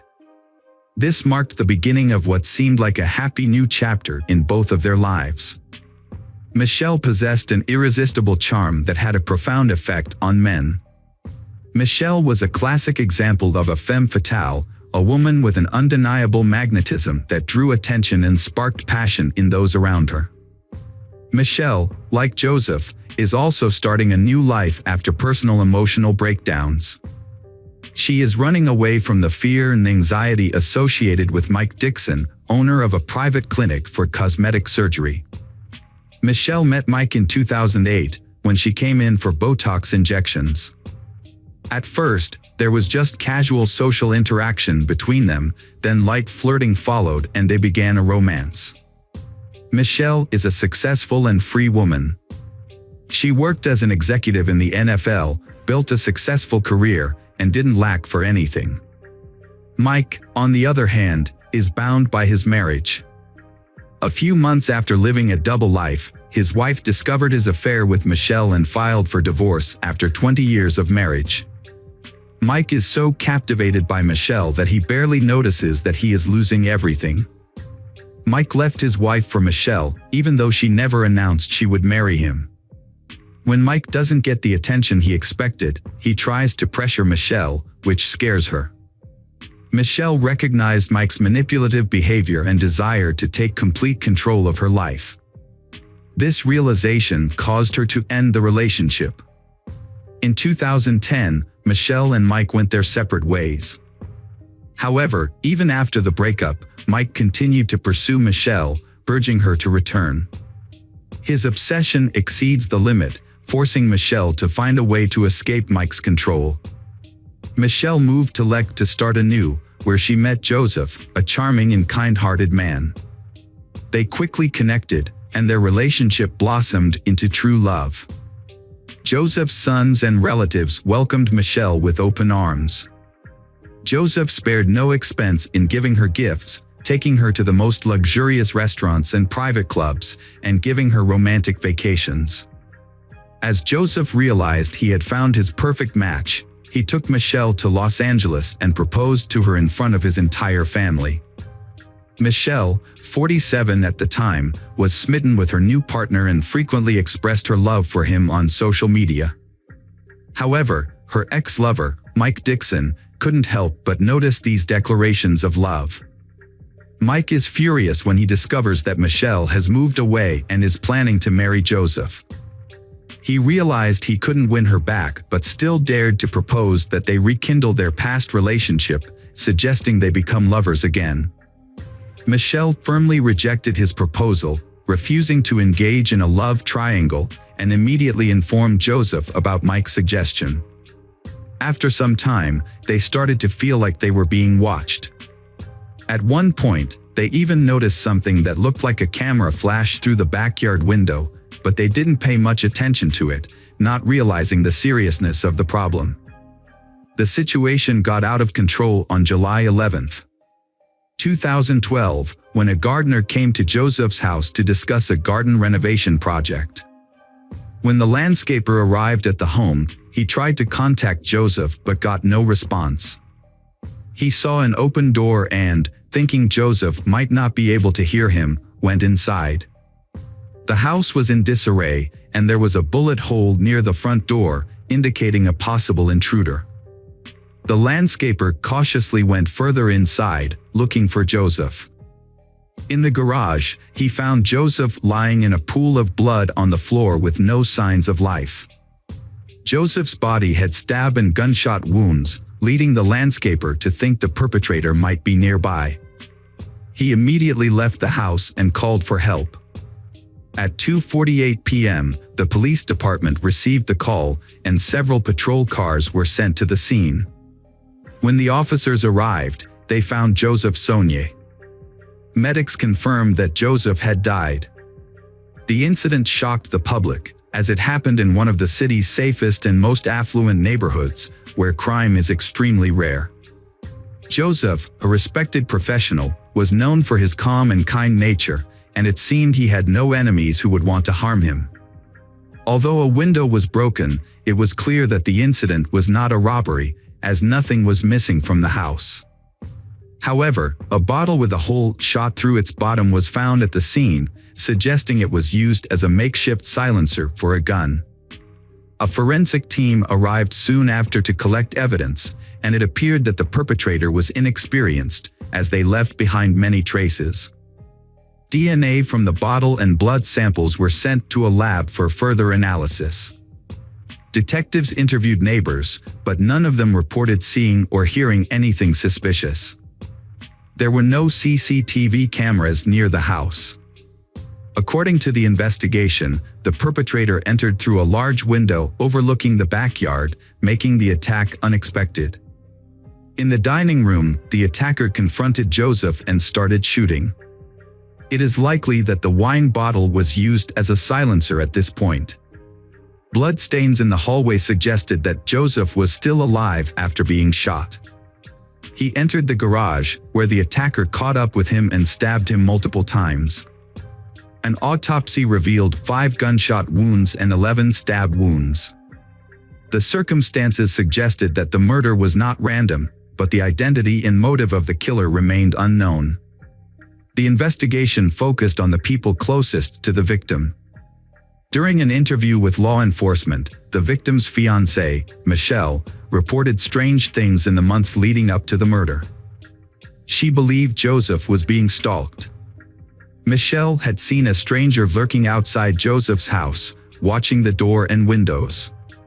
She also mentioned that Joseph had received persistent calls and texts in the period leading up to his death. Although officers confirmed this information, they initially thought the calls and messages were from other women with whom Joseph was allegedly having relationships, as witnesses claimed he was in contact with multiple women at the time. Investigators questioned Michelle about whether she knew of other women involved with Joseph. Michelle claimed she was unaware of any other women. Joseph's sons also denied the possibility of their father having mistresses, stating that infidelity was not in his character. Despite this, investigators continued to explore a motive of jealousy for the crime. During the subsequent interrogation, Michelle succumbs to the pressure and reveals that she knows several women who may be involved in the crime. According to Michelle, these women are ex-girlfriends who often stalk Joseph. Although he ignored them, they continued to express their displeasure about his upcoming wedding to Michelle. The women in question include a woman from Florida who persisted in contacting Joseph even after he revealed his relationship with Michelle. There was also a nurse, Joseph's colleague, who often called and wrote to him. Additionally, a woman whose daughter sent a letter accusing Joseph of abandoning them shortly before the murder. In the same interview, Michelle mentioned Mike Dixon for the first time. She hadn't thought about Mike spying on her and Joseph before, because Mike stopped paying attention to her after she refused to be his lover. Michelle assumed that Mike had accepted her decision to marry Joseph and move on with his own life. The police visited Mike. He cooperated and spoke with the detectives. Mike revealed that he had been deeply in love with Michelle and had even divorced his wife to pursue a future with her. However, after Michelle rejected him, Mike gave up. He started a new relationship with a younger medical student who corroborated his alibi. At the time of the crime, Mike was at work and then spent time with his new girlfriend, which confirmed he couldn't have been involved. The investigation encountered significant obstacles. Every suspect, including Michelle, had a solid alibi, leaving detectives stumped. They searched for enemies of Joseph or individuals who might benefit financially from his death. But no new leads emerged. Unfortunately, forensic analysis does not provide any information about an individual, so police cannot identify the owner of the DNA found at the crime scene. Just as the case seemed hopeless, the police received an unexpected call from Paul Reynolds. Reynolds reported that his roommate, David Shepard, had recently confessed to a murder in Leck and then attempted to take his own life but was saved. According to Reynolds, a neighbor shared specific details about David's crimes with him, including details that only a few detectives knew, such as the use of a glass bottle as a silencer. This new information led police to conclude that Shepard was indeed connected to the crime. The witness came forward claiming that David was not the mastermind behind the crime, but rather a person who was hired by an unknown doctor involved in plastic surgery. Police launched an investigation into the new suspect and discovered that Mike Dixon was the person who hired David. When questioned at the police station, David began to confess and revealed that Mike Dixon had indeed hired him to commit the crime. According to David, he and Mike met at a bar while both were going through difficult breakups and formed a friendship. Mike shared his sadness over his lost love, Michelle, who was now engaged to someone else. He claimed that he couldn't move on and was willing to do whatever it took to win her back. David alleged that the initial plan was to discredit Joseph, Michelle's current partner, in the hopes that Michelle would leave him and return to Mike. However, David claimed that murder was not part of the original plan. First, women were paid $1,000 each to pretend to be Joseph's mistresses and pursue him. Additionally, a letter arrived from a woman claiming Joseph had abandoned her and their child. Joseph consistently denied these allegations, and Michelle believed him. It was later revealed that the camera flash seen by the couple was actually the light from David's cell phone flashlight. David had been driving to their house to create the illusion of surveillance. Funded by Mike Dixon, who covered gas and other expenses. When these tactics failed to break the couple apart, Mike plotted a more extreme solution. He offered David 3 silver bars, valued at around $110,000, to kill the pathologist. David agreed and received one of the bars as a deposit, which he immediately sold at a pawn shop. According to David Shepard, the situation escalated out of control when he went to Joseph's house. He claimed the shooting was unintentional, and that after shooting Joseph, he became afraid and Joseph began to run away. David shouted to check on Joseph but received no response. He then followed Joseph into the garage, where he found Joseph lying still and heard his last breath. David rushed to check Joseph's pulse and confirmed that Joseph was dead.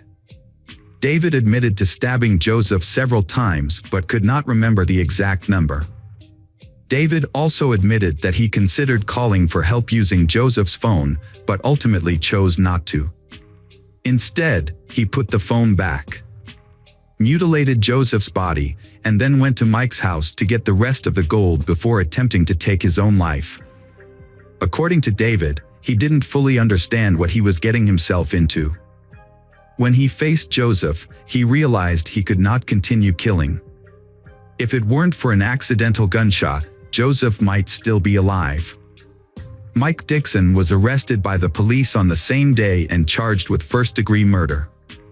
This was based on testimony from David, as well as a large amount of other evidence that included incriminating phone calls and text messages where Mike made explicit confessions. When Mike Dixon was first interviewed by detectives, they had hoped he would confess to the crime. However, He denied everything and asked for a lawyer, which led to a lawsuit. David Sherd, who had been involved in the crime, made a deal with the prosecutor where he pleaded guilty to his role and gave up his right to appeal the sentence.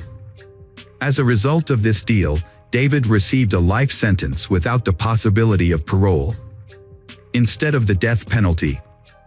Mike Dixon, on the other hand, maintained that he was not guilty, despite the circumstantial evidence against him. However, in a surprising turn of events, David, who was a key witness for the prosecution, changed his story during the trial. Under oath, David claimed that he had committed the crime alone and that Mike Dixon was not involved. He said that the silver bars found at the scene were meant to be used as an investment in a business that the two of them had planned to start. The jury was unable to reach a unanimous verdict, and a retrial was declared. The second trial occurred in 2016, resulting in Mike's conviction for first-degree murder and a life sentence without parole. However, his lawyer successfully appealed the judgment, and it was overturned. Mike was released on $2 million bail, but the case was far from over. The prosecution sought to reinstate the original sentence through the state's highest criminal court, which would have otherwise led to a third trial. On February 11, 2019, the prosecution's motion was granted, and in April 2020, Mike's bail was revoked, prompting a new arrest warrant. The Texas Court of Criminal Appeals ultimately reversed the lower court's decision, reinstating Mike's life sentence without parole. The judge ordered Mike to continue serving his sentence, and he is currently incarcerated in a Texas prison.